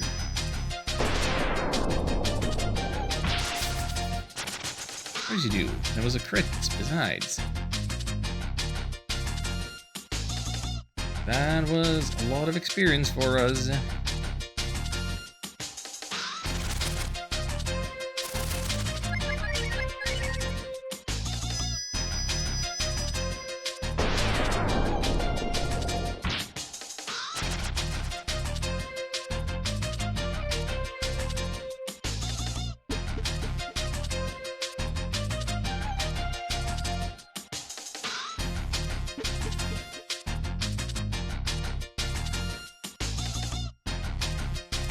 Haven't put any money in the bank for a while. Maybe I should do that again. Then,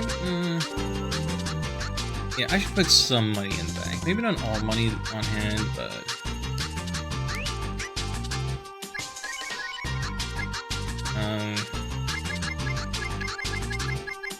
let me put the 300 in.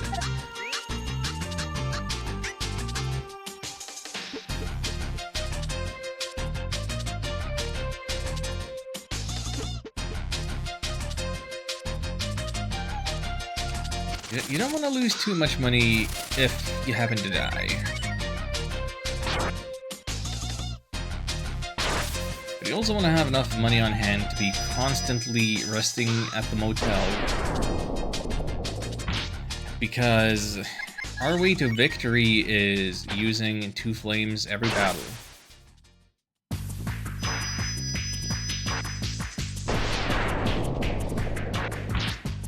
Sometimes that's not even enough. Sometimes you still need to smack them.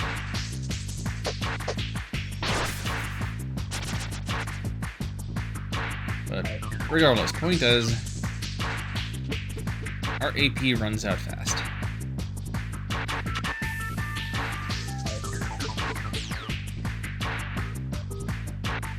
Anyway, was I saying something about catgirls? I was saying that I could not name single other, like, actual cat girl in any media.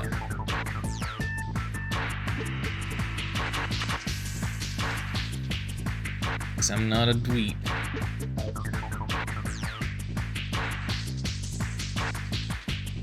Cat Peach? No, that's just Princess Peach in a silly outfit. Catwoman? Catwoman is not a cat girl. Catwoman is a costume. Cat Peach is also a costume. Costumes don't count.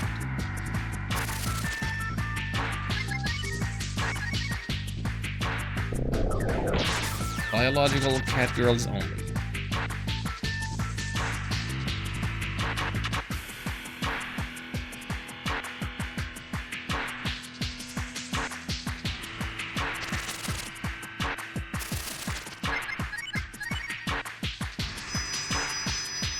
Don't need to name any cat girl.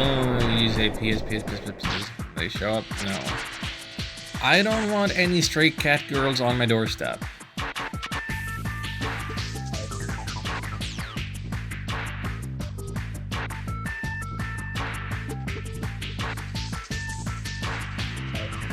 That's me making a reference to a famous Vine Sauce clip. Any Vine Sauce fans in chat?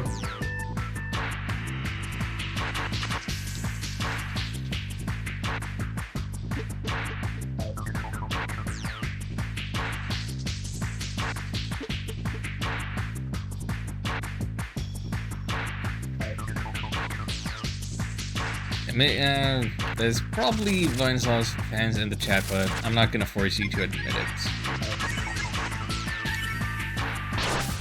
Hey, it's staying in! Hooray! Will this be our level up?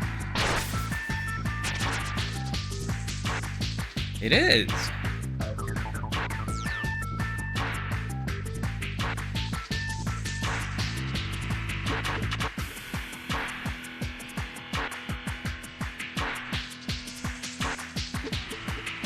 There's a Magenta Fusion, and now I have what could be named a Nido Monarch. Nice.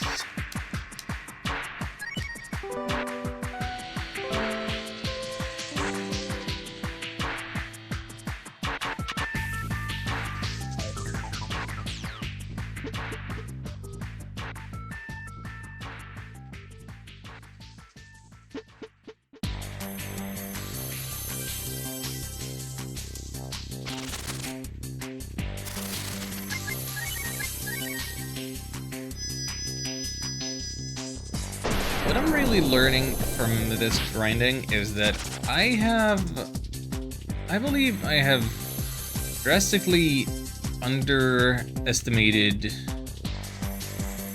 the value of the sea sludge.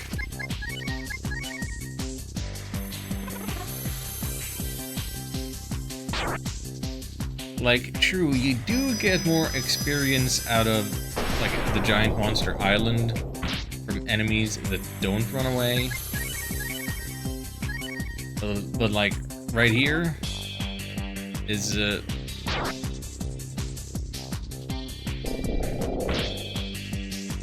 I'm seeing it makes a world of difference in the early levels of the game. April Moon got turned into a cat in one episode? Huh. I don't remember that episode, if I've ever seen it. Still don't think that counts, though. Permanent biological cat girls. You'd think anime would be full of it.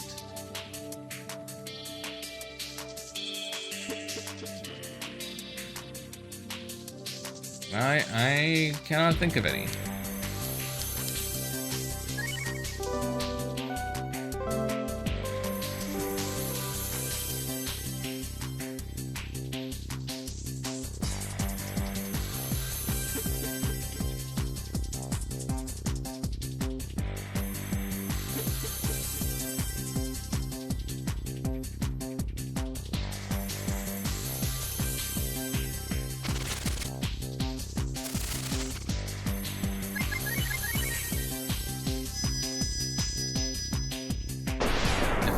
We're here today, they could probably tell us whether Ranma or something has a cat girl in it.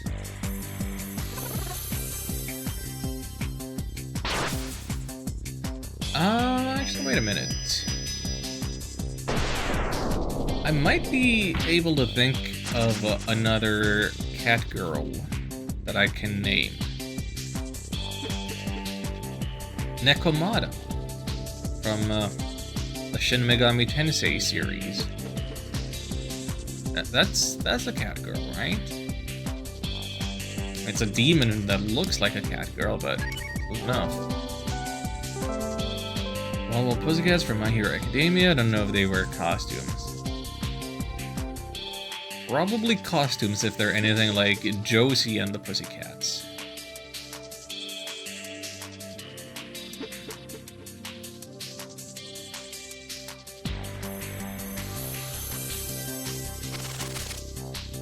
Yeah, they do look stuff. Okay. Thank you.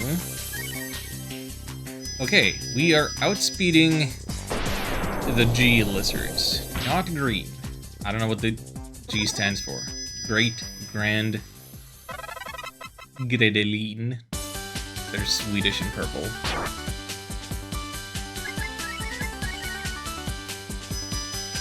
If I can... Hey, that's the first time we're beating G-Lizards today. So, are they any good?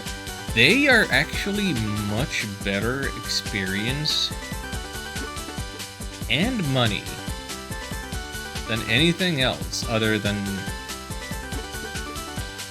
the sea sludge. So now we actually want to see them. At level 17, we outspeed them, and they've gone from being run killers and undesirables to most desirable. Actually, maybe not most desirable. I got lucky that one of them used attack up. If both had attacked, or one had critted, then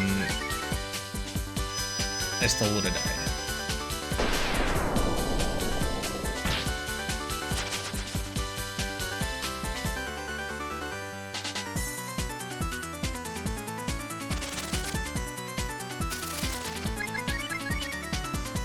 What is this song I'm hearing? Spectreland Monkey Madness is the name of the track.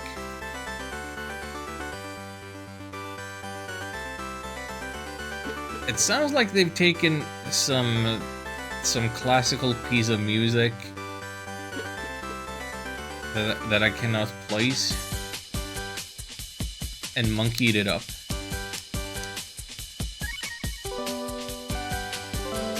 Which, you know, that is valid, that is good and cool.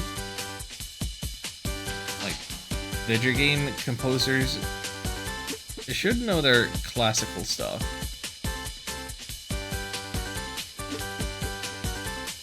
Principles of classical music.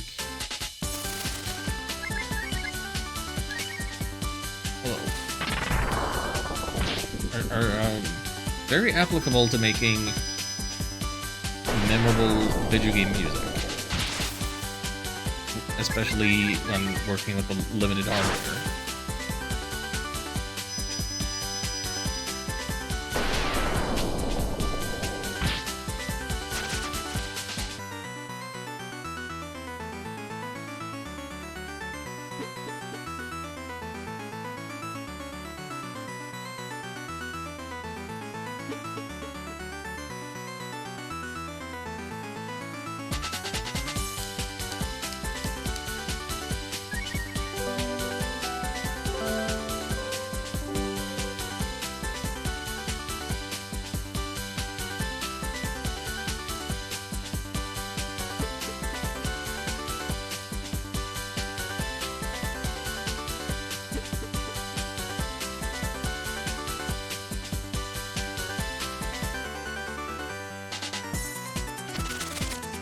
Head off. Okay, have a good night, Pertale.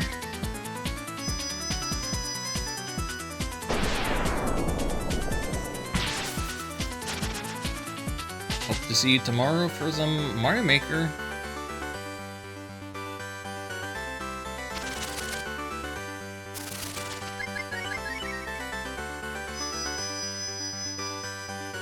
Probably gonna do that.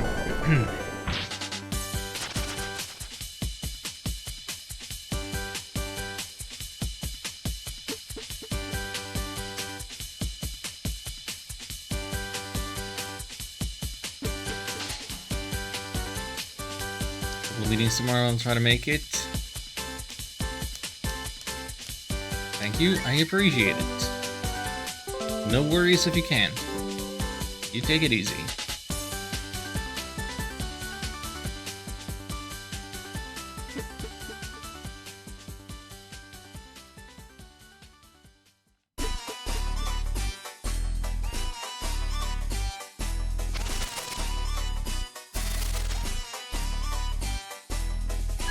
Let me run from that rather than fighting it, because I'll hope for a better encounter worth more experience that I'm saving my flames for.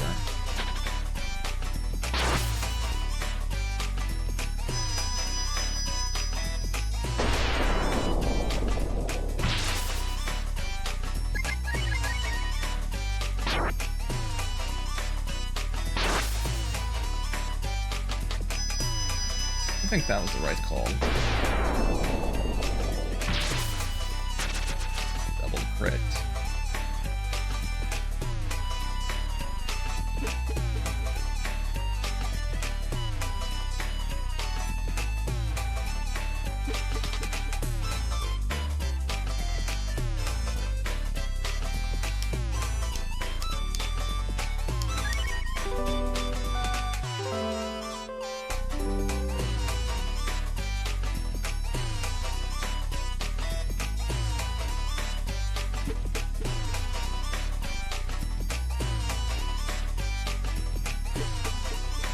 What else is going on? I mentioned that it's the date is 3/8, so I'm leaning into my silly brand stuff.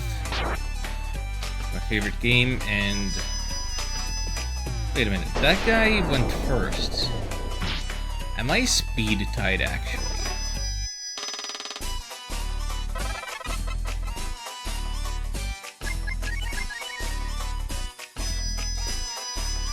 I'm pretty sure I'm speed tied. Oh. Looks like I'm still quite lucky. Looks like I'm still quite lucky. They drop armor. Can Sten equip that? Hold on. Hold on. He can equip that. He totally can equip that. I'm not gonna. But wow.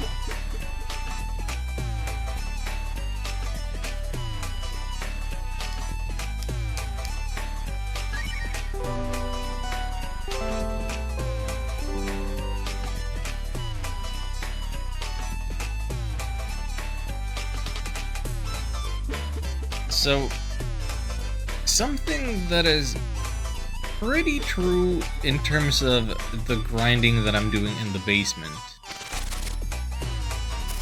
will also be true against the fight against Trubo, which is to say that the important factor in my success is that I outspeed.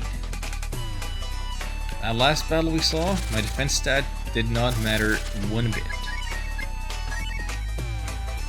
Same here.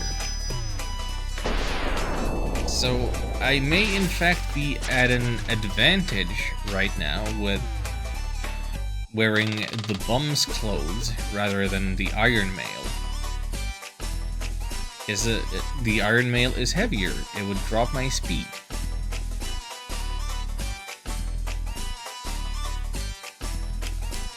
And then if I don't outspeed and the enemies start spamming spells and crits and stuff on me, then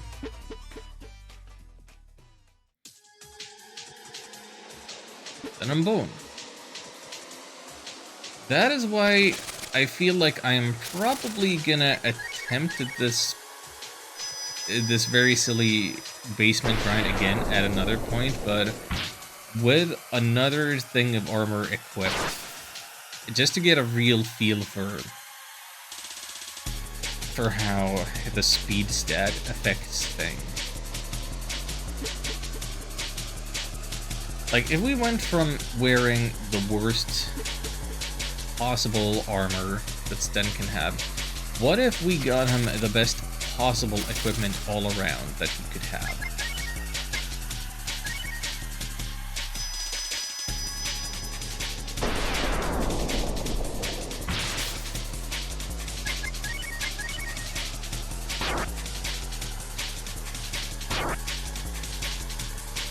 Like, if we got Sten the life armor, he would have the best armor in the game in terms of defense stat.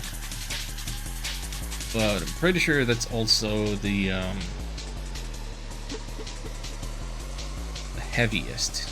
Basically the heaviest thing that Sten can wear anyway. And if... Yeah, the question in my mind is...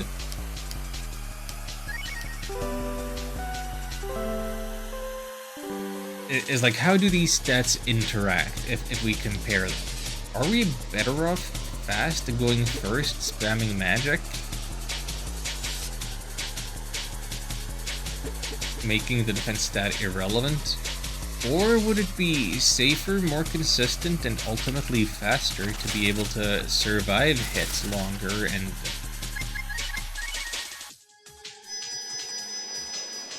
beat things up in more war of attrition style battle when you don't have the spell?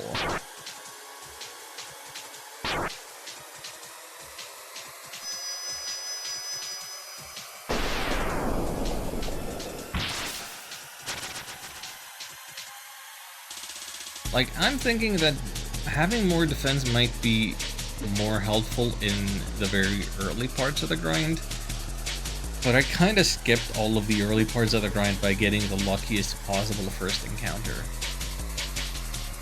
So, this grind session may not be especially representative of how this typically goes.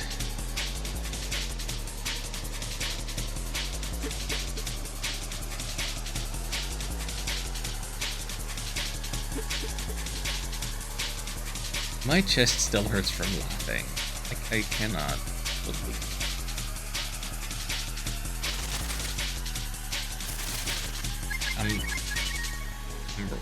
Yeah. It has to be a speed tie.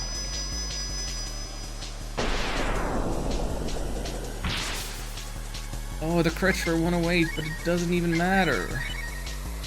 Because he still goes first and gets his own crit. Oh.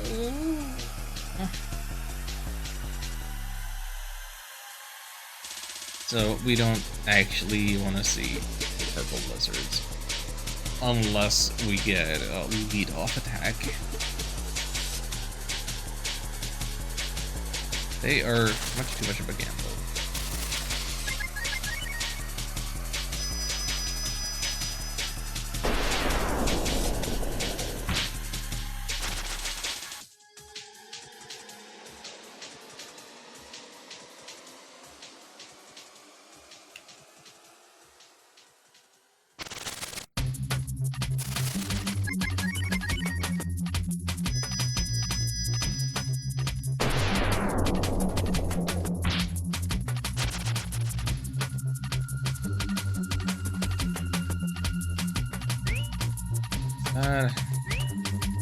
Really gotta focus on my AP at all times so I know when I'm to heal and when I'm not. And also, every time that I open the menu, I should also check, do I have the money for the motel? More than likely, yes. And also, how long until the next level up, just to have a bit of a frame of reference. Take longer and longer. How much? We have money. We need 2,000. Okay, 2,300-ish.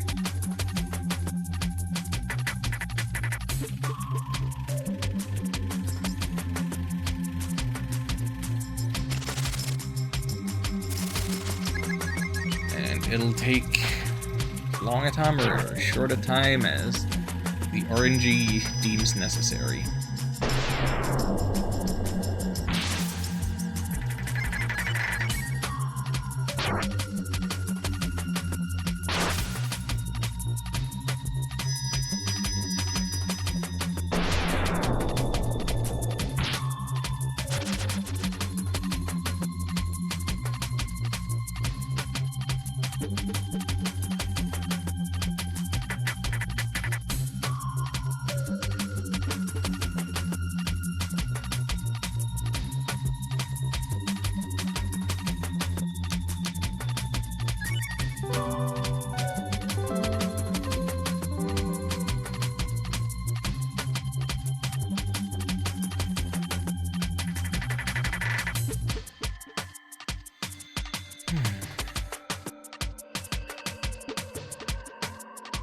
I'm feeling fine. I'm happy. I'm in the zone. This has so far worked out so much better than I ever could have hoped for.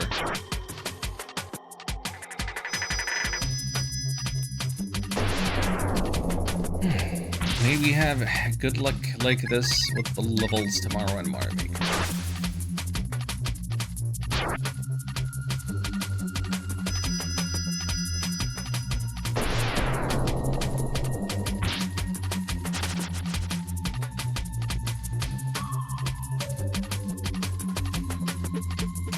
kind of on autopilot with the battles. It's probably a...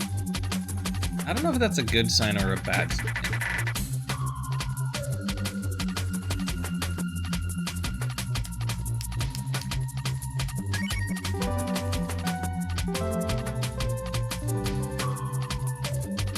I reckon mistakes happen when you're careless and not paying full attention.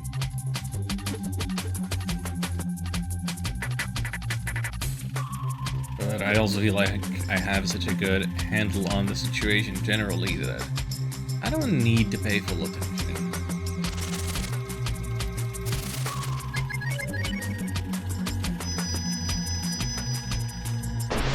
Just need modicum of luck.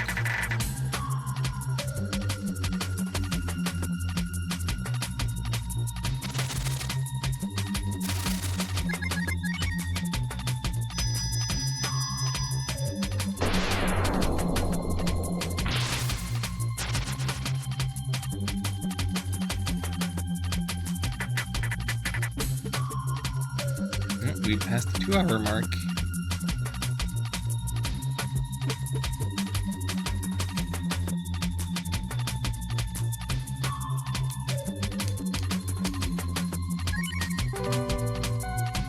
Oh, I should say, if I haven't said it before, I'll say it again. If anybody wants to try this challenge for themselves,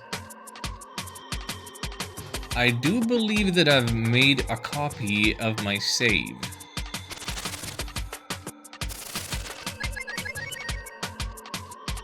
So if you want to do this without having to play the whole game to set up this situation, I could probably just send you my save file, and then you could, then you'd be good to go.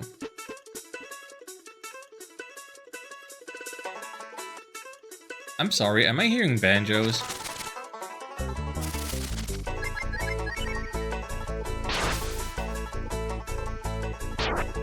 Oh boy. Seems the soundtrack has entered Western land.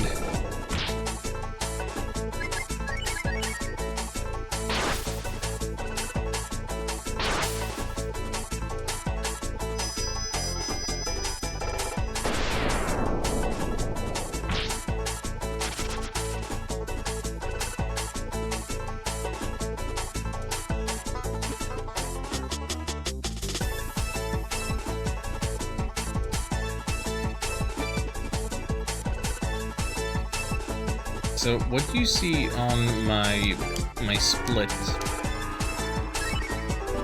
is I'll make a split at level 18.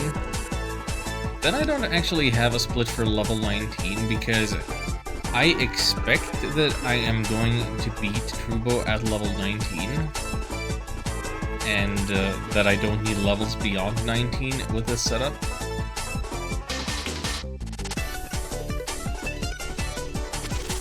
And that'll just be that split then. Ooh, Lido.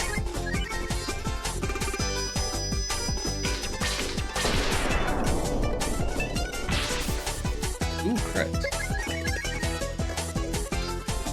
Dodge, dodge, dodge, dodge, dodge, dodge, dodge, dodge, dodge, dodge. No! None of them cast spell? None of them met? Come on. A waste of a lead-off.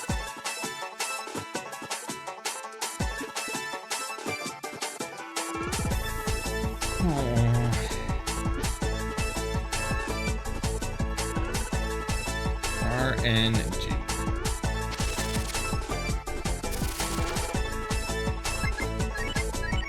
Like, yeah, I could have made a separate split for level 19 and later levels, and then just push the button to skip those splits and ultimately split the beat Trubo when I get to that. But that would be messy.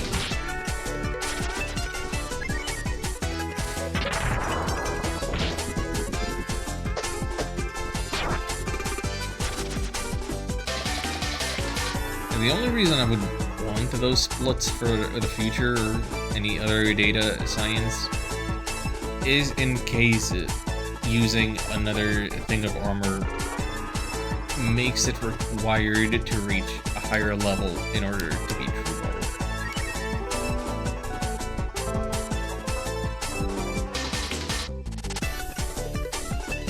And we don't know how that speed and defense interaction is really gonna work out.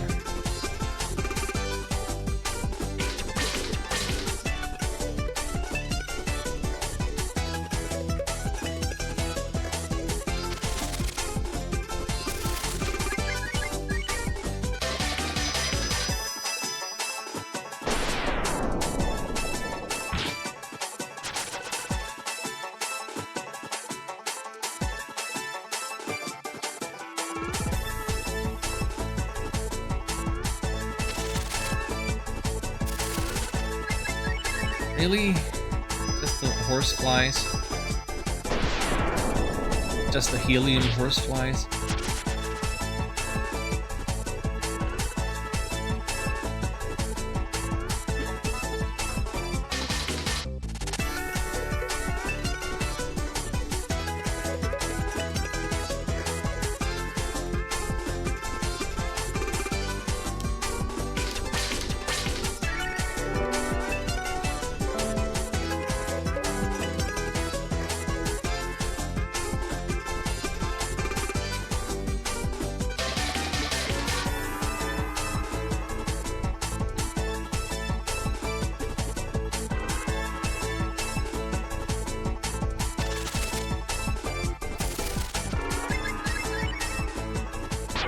Maybe I should just run away from the single fast man fight. Like, it's kinda not worth it in terms of time. Because I still need to cast the 2 flames and sit through those animations, and then I'm out of AP and gotta go back, and I don't even... Well, actually... 1 fast man is worth 75 experience. That is more than the combined amount from 2 magic mummies.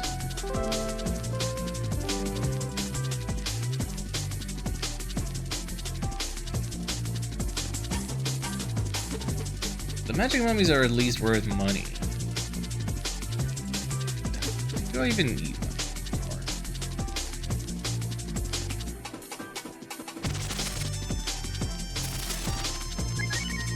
And yeah, here, there's the issue. If I try to run from these,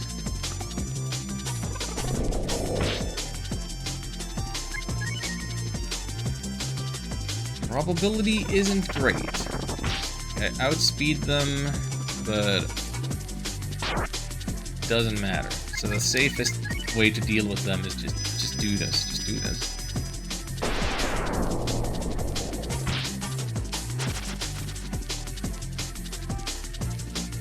I could heal with items for my health, but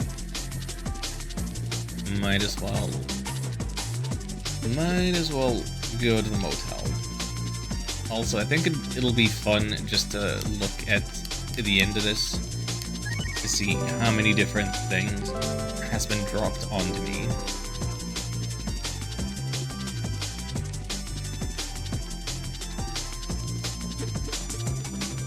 Because the random drop rate is not very high in this game.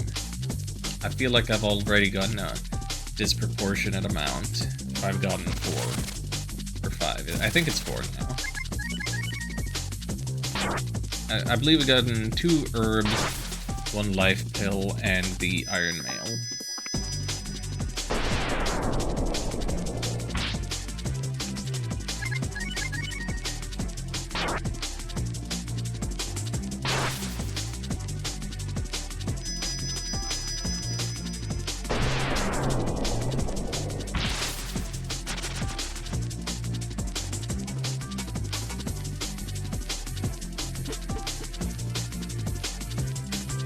I am yearning for a Seaslage right now.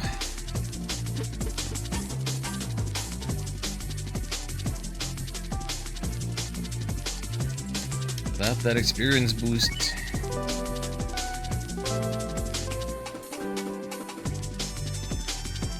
real long haul. Where are we at?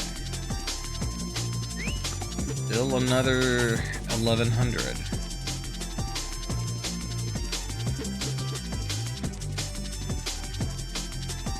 We got more than half since last we checked, but...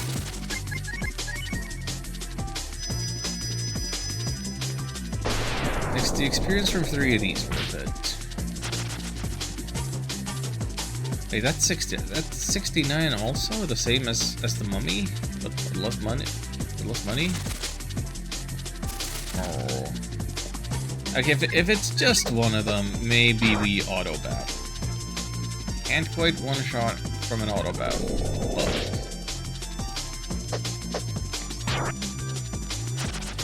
but I'm not gonna die to one if I try to run away. I'm not wasting my AP on just one. Hello? Please?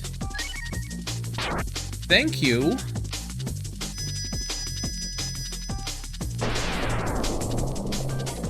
That should be a level up. That's a split. We're level 18. One more level. And we should be able to beat Turbo.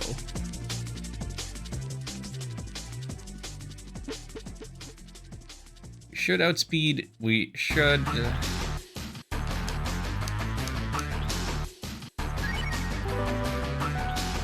should do it.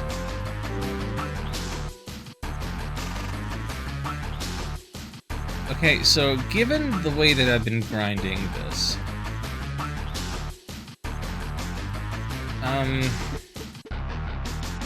I kind of feel like at this point, Sten's weapon is fairly irrelevant. Like, it all comes down 2 in a row, and this one's a lead off.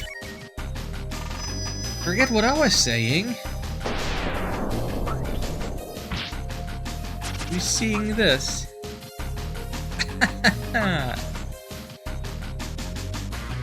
What is my luck?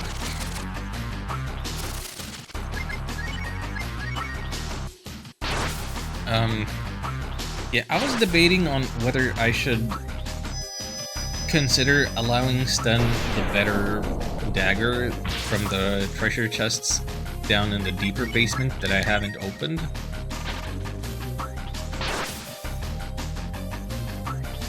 Because, like, at this point, it's pretty irrelevant. It's not entirely irrelevant when it still comes down to this, and we have to beat the Fastman when we're out of AP, but it's really the AP that carries all of this. I know, I'm sticking to my guns, which is to say, I'm sticking with Naked Sten, using no new equipment, just the worst equipment.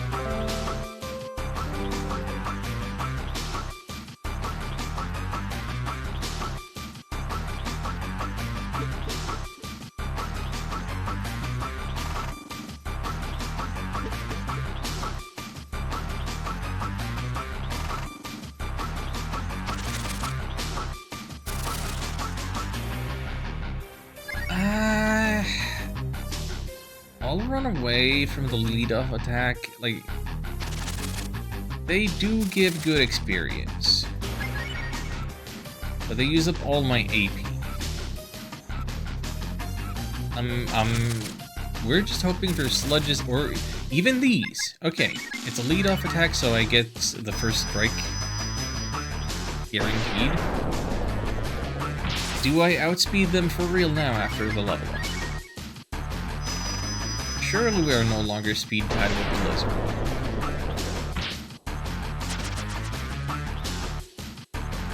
That was a better use of my AP, if you ask me. So, just for reference, our speed stat, our vigor is 69 at level 18. I didn't plan this. I did not map this out.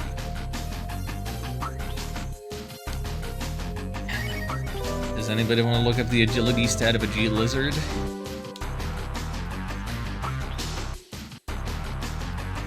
That information is somewhere in Ben Siren's handbook. Nothing else.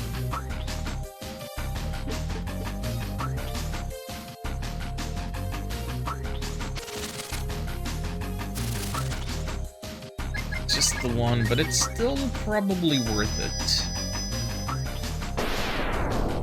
I could die to a crit.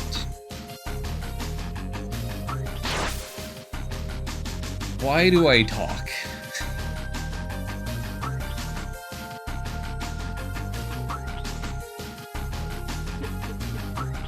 It so feels like this game has some twisted sense of humor, the way the RNG works out.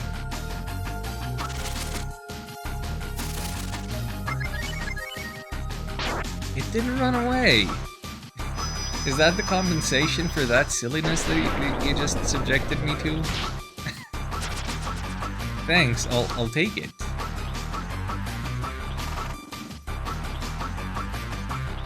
So, since hitting level 18, we've already beaten 2 of those sludges. This is an encounter we definitely do not need to see. 1 EXP and 2 Zenny. If that was the encounter that got me to a level up, it would have been extremely funny. Well, I'm just gonna die to these again.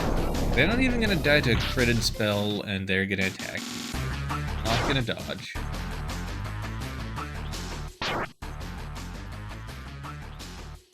So well.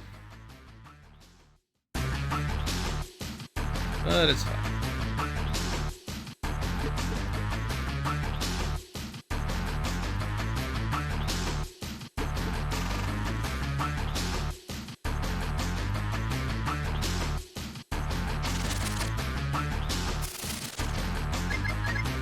It's just the one that...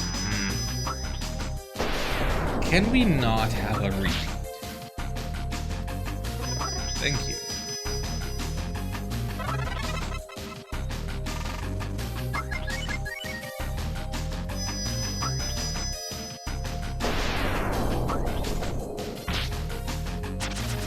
One G Lizard at 129 points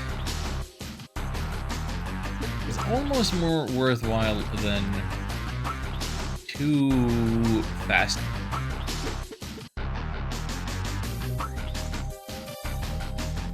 It is more worthwhile if you really consider them money. No, don't cancel out. Stay.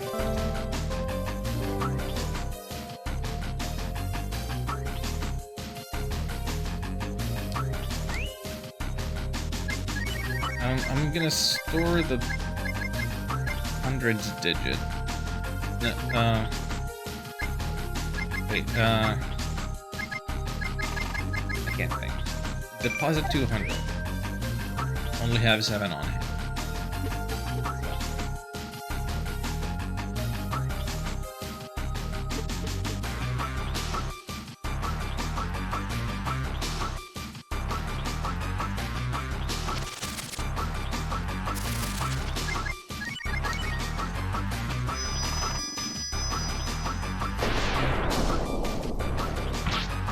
Worth it for the experience, really.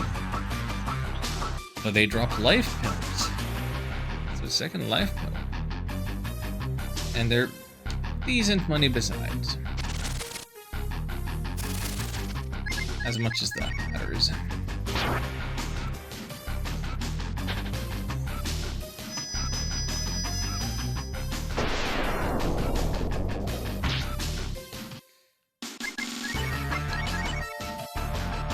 I did not set up any kind of rule set that said that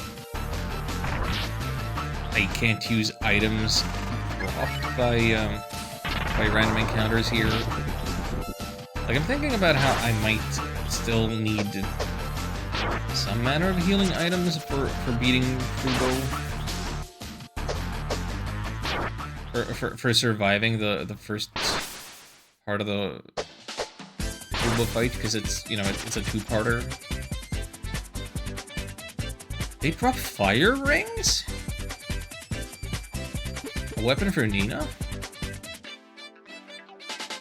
Wait.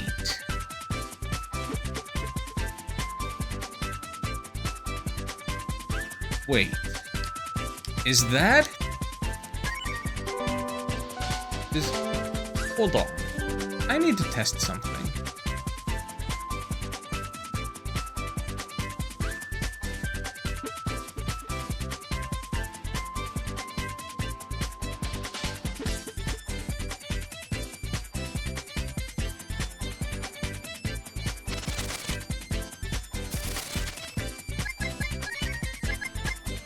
Can I use this as an item? I pick one target. But, okay. Firing turns into spark. We now have a free, infinitely reusable spark.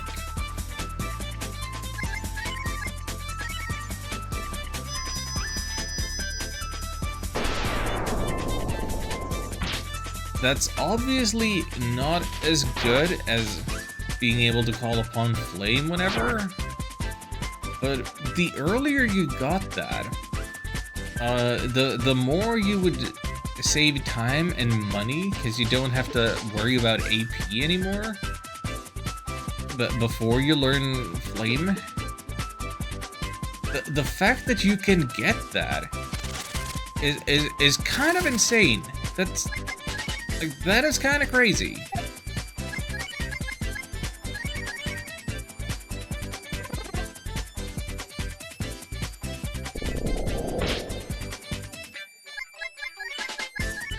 I should put that in the first slot in my items and just use that for some of these. Like if I'm just fighting one fast man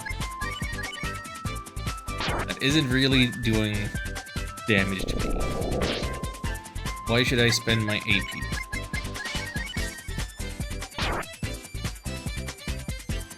I feel like I've gotten absurdly lucky.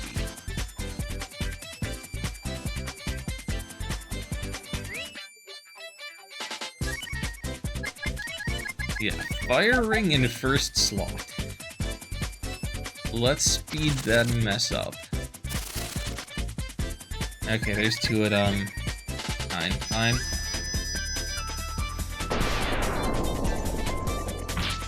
All is to be laid to burn a nation.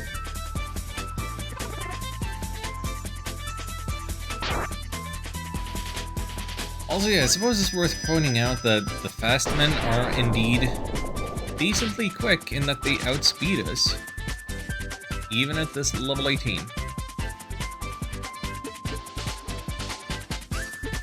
No, I pushed right. I meant to push right. Come on. Don't turn into a pro controller. Don't give me the same issues at the Switch. As at the Switch.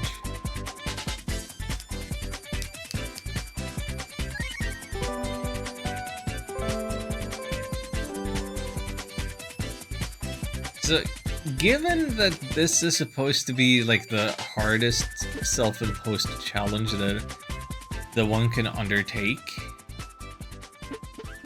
by having no experience and no equipment, and being stuck past the point of no return,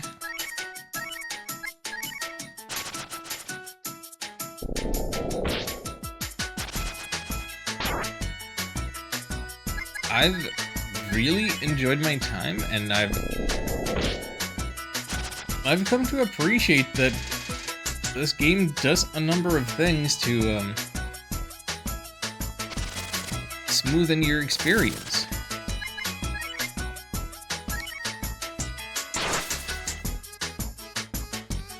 The enemies drop useful things.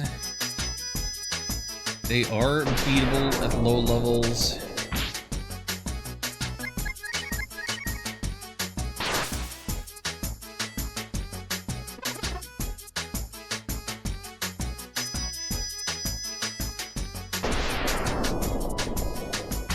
Like, there's a decent variety to the enemies here.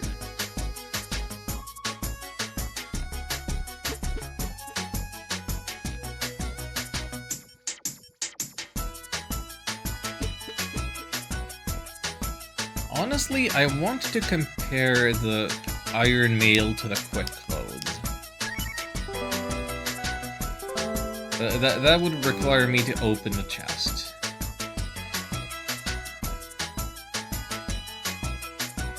I think we're not gonna use either of them, but once I hit level 19, I think that I'm gonna save, then I'm gonna beat Trubo, and then after I beat him,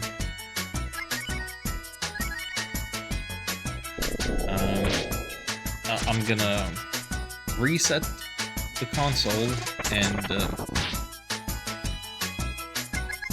take a look at the different armors that we have available to us.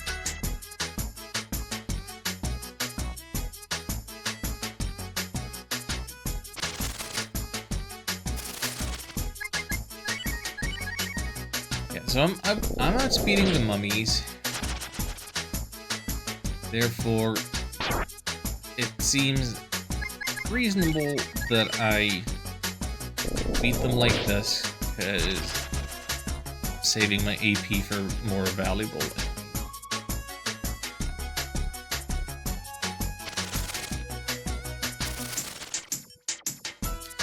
Not even gonna fight you. The best thing they could do is drop an herb.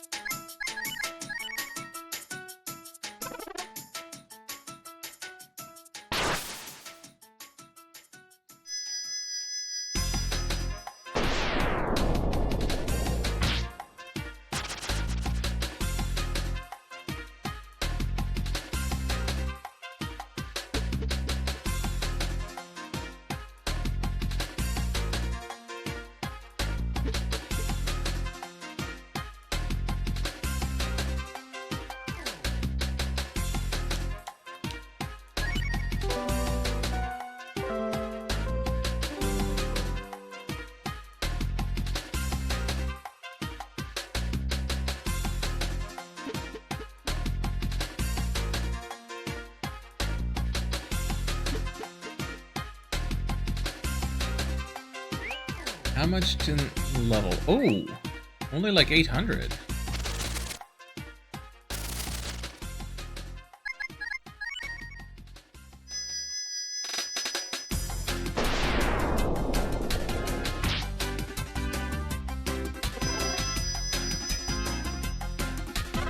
Did I, like, cut off hours of this run from the first encounter being the luckiest one?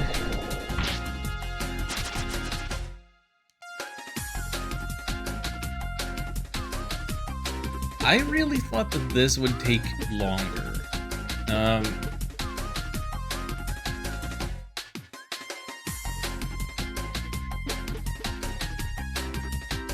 Yeah, my takeaway is that any casual player who gets stuck on Trubo, like, you will be able to beat him. Just all of the tools necessary are available to you. And if you need to grind, it doesn't even take that long.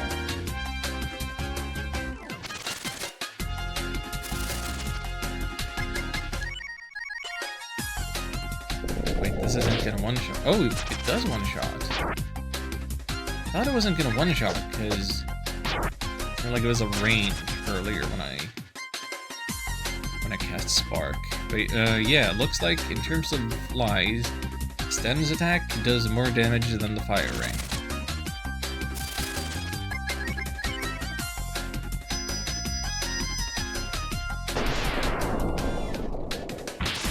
Ooh. Oh.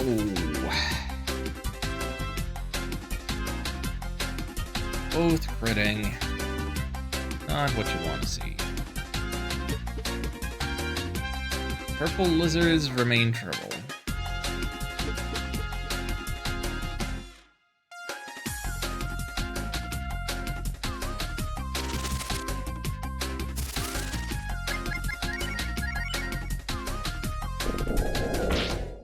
Hang on. Am I stupid? I'm stupid. I can just press up.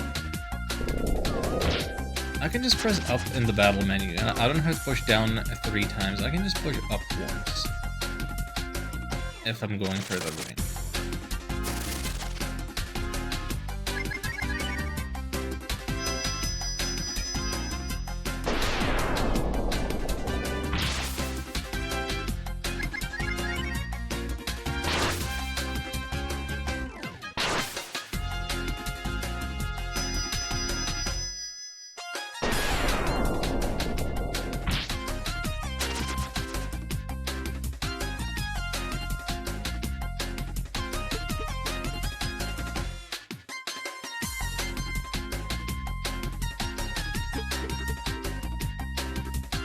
Also, I suppose I could mention that in terms of making this as hard as possible,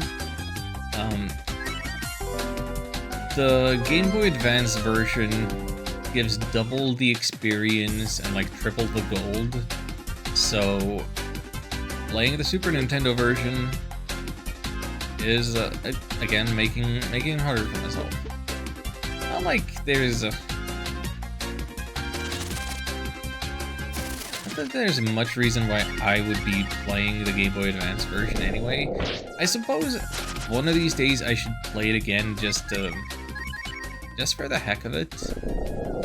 Just to remember what it's like, just to get another little feel for the new graphics that it has.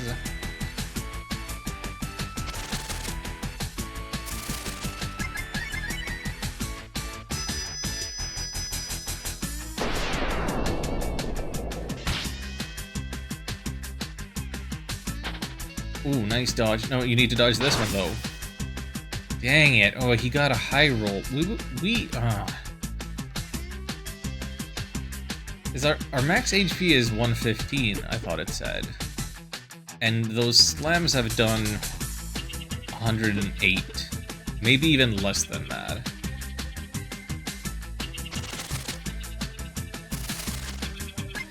Okay. Please, please, please, please, please. Please, please.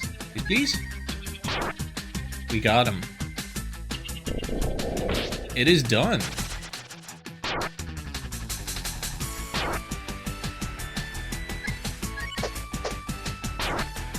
We should hit level 19 right here, right now, which should enable us to beat Trubo. That's level 19. Alright, let's go. 234.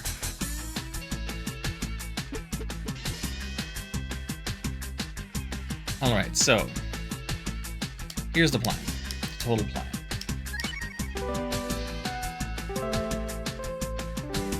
Rest at the inn.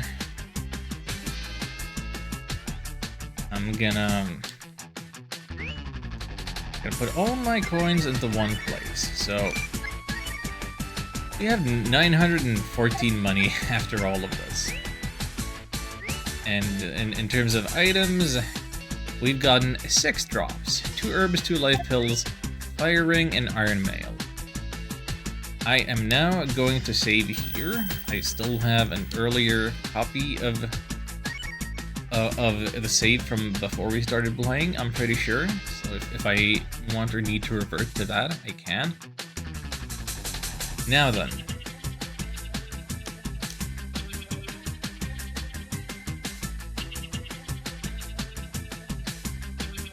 Boonheim, funnier and funnier every time. Wait, I thought I had to do both parts of this battle. Oh. Like, I showed off the first part of the Trubo fight before.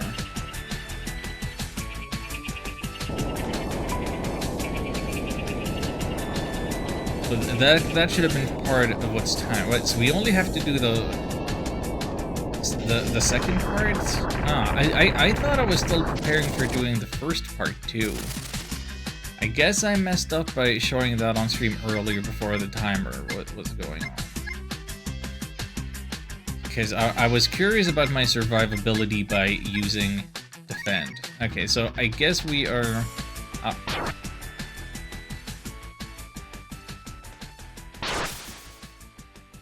Yeah, so I think my plan was to defend, and then use an extract or something to get myself to full HP, and hopefully survive again.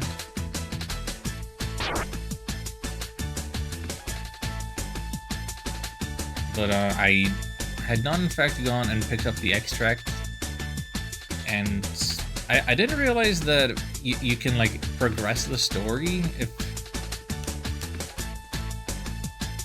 if you fail at the first part of the fight.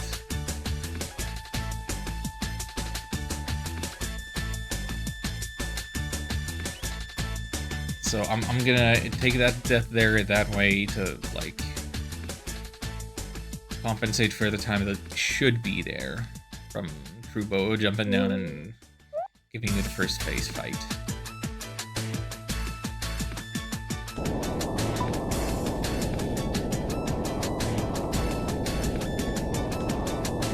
Can we do it? There's so much animation.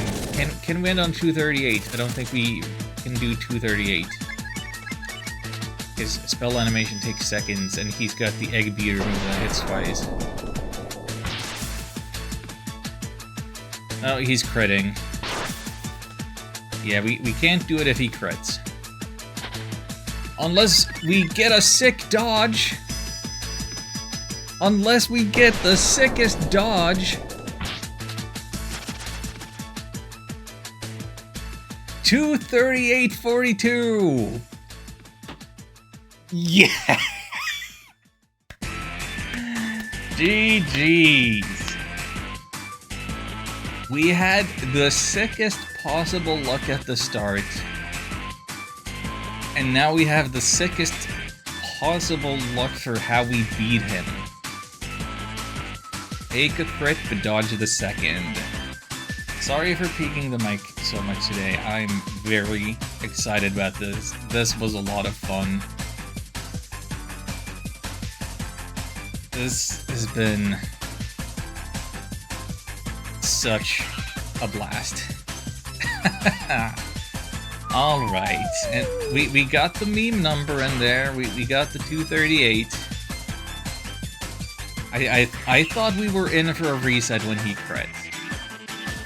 I really, truly did. We have gotten so much good luck. There has been a few instances of outrageously bad luck, where we got whooped really comedically and bad and unfortunate, but I think we got really lucky with the sea sludges and some key dodges and crits. But first attempt at doing something as silly as this, 238.42. I think that's reasonable. I can't help but feel like I have to do this again at some point just to have more of a basis of comparison. Or I could outsource this. I could ask that other people do this exact same thing. I could give you my save file that's set up like this, where you have a naked Sten with no experience, ready to go into this challenge. There it is. We have done our ape escape. We have had our monkey ball. That's it.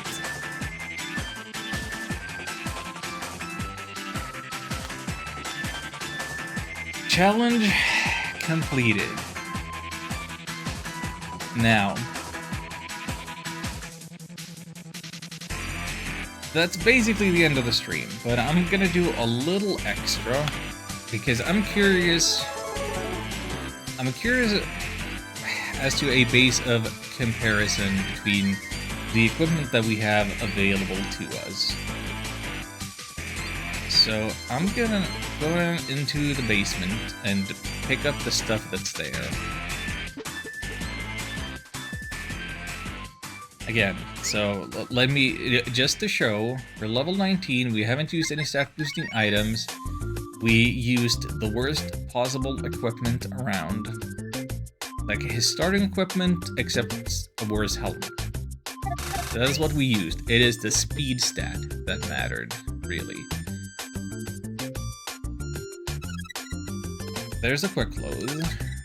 There's the Moth Dagger. Not that our attack stat would matter for the Trubo fight. Oh, what? Oh, there's a different set of enemies down here? I could have been grinding here? I could have been grinding different?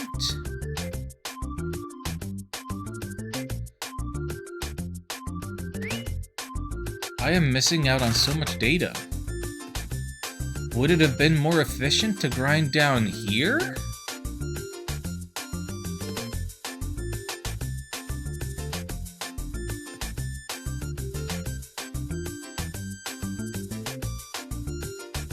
I have no idea what the encounter tables look like. I wasn't gonna go down here because this is where the stuff was that wasn't allowed to use. Okay, so turns out that the quick clothes are better equipment, both in terms of defense and in terms of speed. So purple lizards dropping iron mail doesn't matter. Unless you're doing a challenge where you're not allowed to open any chests for some reason.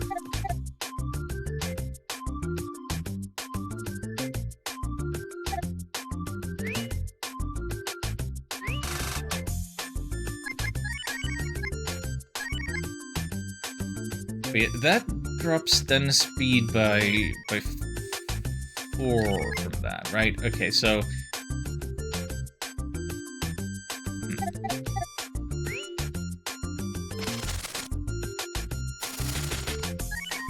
yeah, there's completely different enemies down here.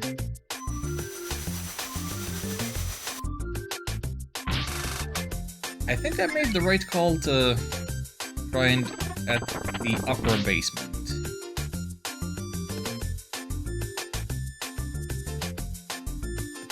So I've equipped the heavier mail. I've equipped the iron mail. Our speed is now down to 69 again. We can look up Trubo's speed stat. We should look that up somewhere.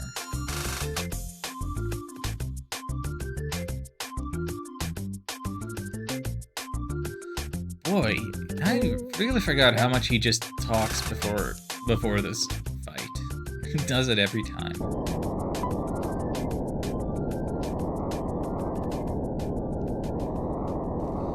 But like the thing that I was curious about is defense versus speed. So with the heavier equipment, we do not outspeed. We got the same thing though with a crit and a dodge, so that's wild.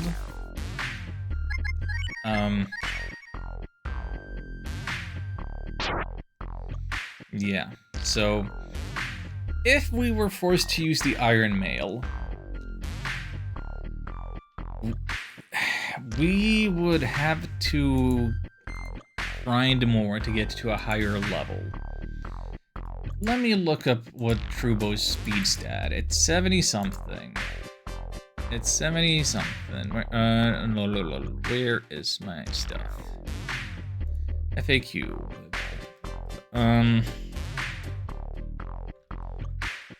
Torubo. Control F Torubo.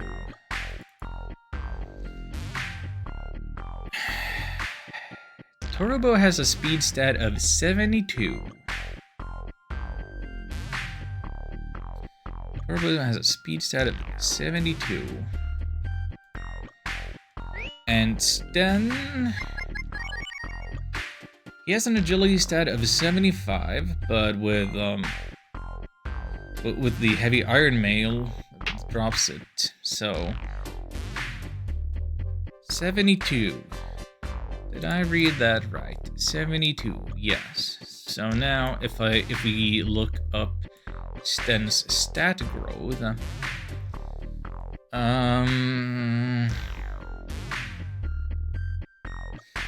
we look up Sten's stat growth, there's something wrong with the Ben Siren guidebook, and it actually has some error here.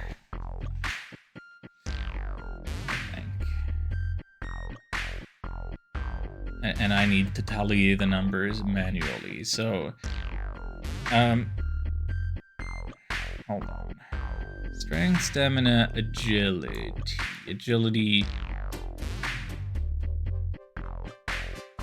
wisdom, luck. Okay, so the middle stat. So we know that... we know that at level 19, where we are right now, Sten's inherent stat is 75.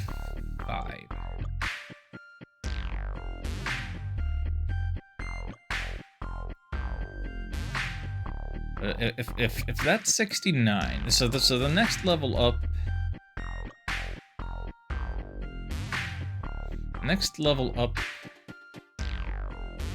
would give 3 points of speed. So at level 20 you would speed tie, so then you would need to get lucky. Or grind all the way to 21. I think.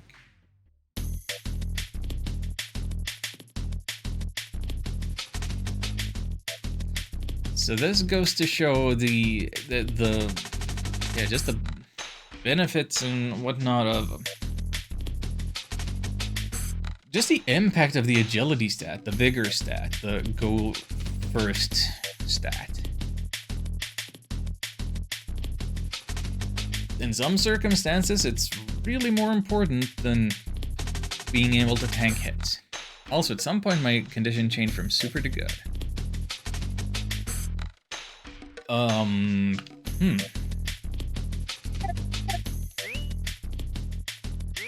Well, now that we've established all of that, let me just see a little bit of what else I could have been finding in the deeper basement, and whether it was actually a smart idea to stay on the upper floor. If you're down here, this frickin' guy... no way that he's worth... okay, 112 for one of those? Honestly? That guy is decent. This thing, though... if you were just starting out... yeah, that move probably... how much health does Sten have when he starts?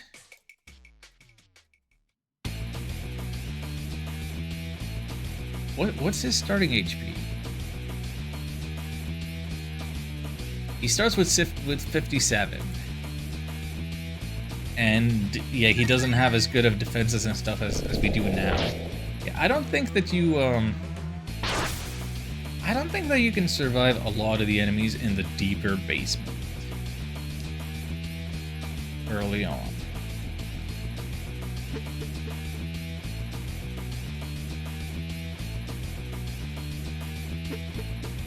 I suppose that's another thing I could mess with in testing, but I didn't even utilize all my options, and I still did all of this faster than I thought I would. Okay, Pollen is not actually weak to fire. That would be a problem if you're a level 8 Sten with a basic dagger. Pharaoh, though, yeah, that looks like you're weak to fire. You're probably an undead type, so weak to fire. But yeah, level 8 Sten isn't gonna survive a freeze. It's really not gonna survive 2 freezes. I'm thinking the deeper basement is not where you want to be. I'll be honest, I did not realize that there were completely different enemies on the different floors. I think I did see that when I set things up earlier. Like, I thought that there was just a much broader, like, pool of enemies that was the same for both. And that I was just kind of getting lucky not to run into the worst stuff up there for a while, or... No, honestly, I forgot what enemies I had seen down here. So this guy can also show up down here. We don't know if the probability of it showing up in the deeper basement is higher or anything. Is there like a risk-reward element?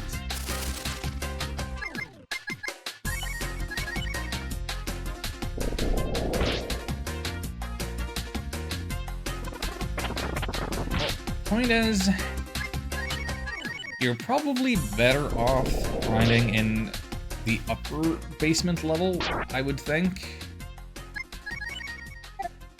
And sure, it's a relative term, it's not better by much.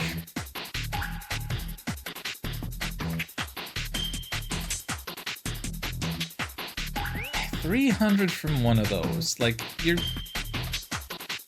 I think you're safer beating 2 sets of 2 fast men. In terms of speed.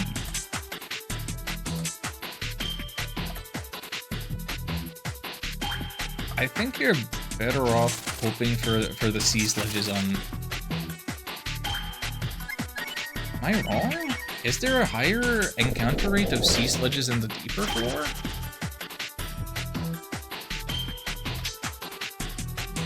I should be done. Like, I've achieved my objective, but now I'm realizing that maybe I did it the dumb and wrong way.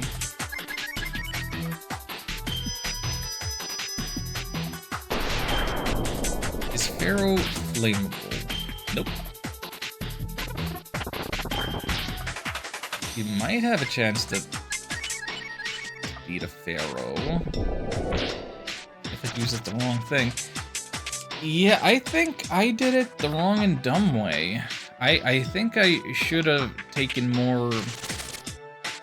At least after I got Flame, I should have tried fighting in the basements, in the deeper basements.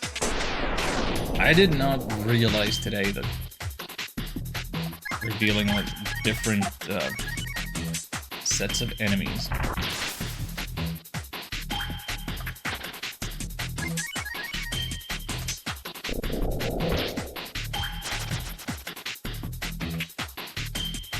This is better experience per battle, certainly.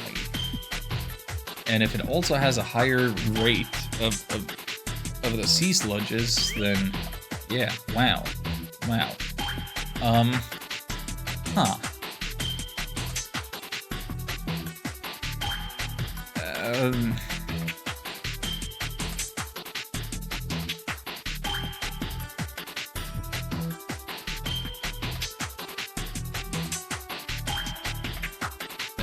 That is crazy.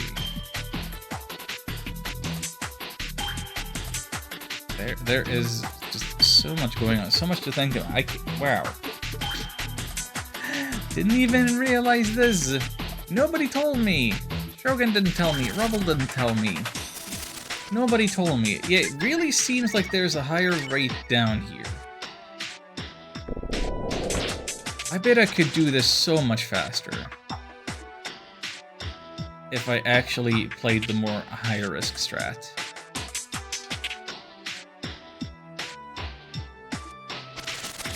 Well, I suppose if I set out to make things as hard for myself as possible, just sticking to the upper floor was part of that. Well, I've learned things today, and it was fun. Maybe it takes a little bit the wind out of my sails to realize that I could have done this so much faster. So much faster. But at the same time, like, how can I complain? Like, it still seems like it just comes down to a lot of luck with getting sea sludges at all, and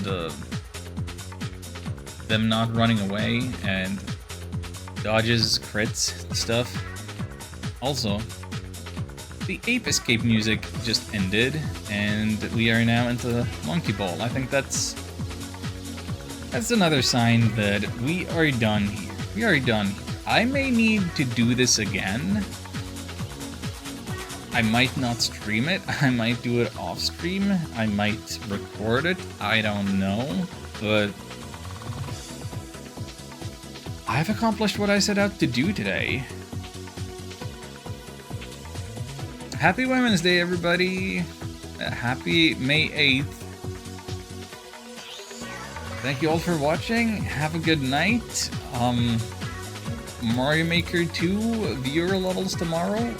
I haven't been doing a lot of viewer levels when I've done Mario lately. So we'll see if that happens, or if we are gonna stick with more, what's it called? Uncleared levels. Do we have anybody to raid? There is somebody else streaming Breath of Fire 2. Who? There appears to be some manner of PNG tuber who is doing something.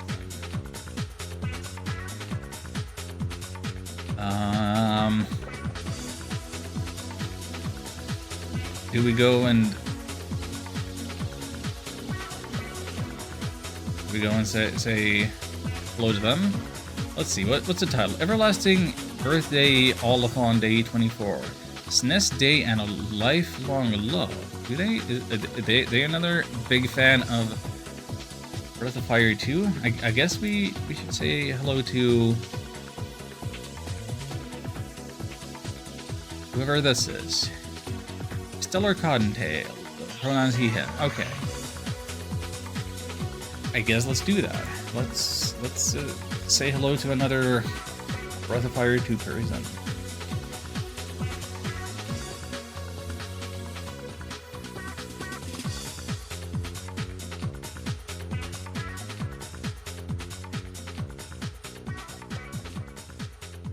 See if we can get that going.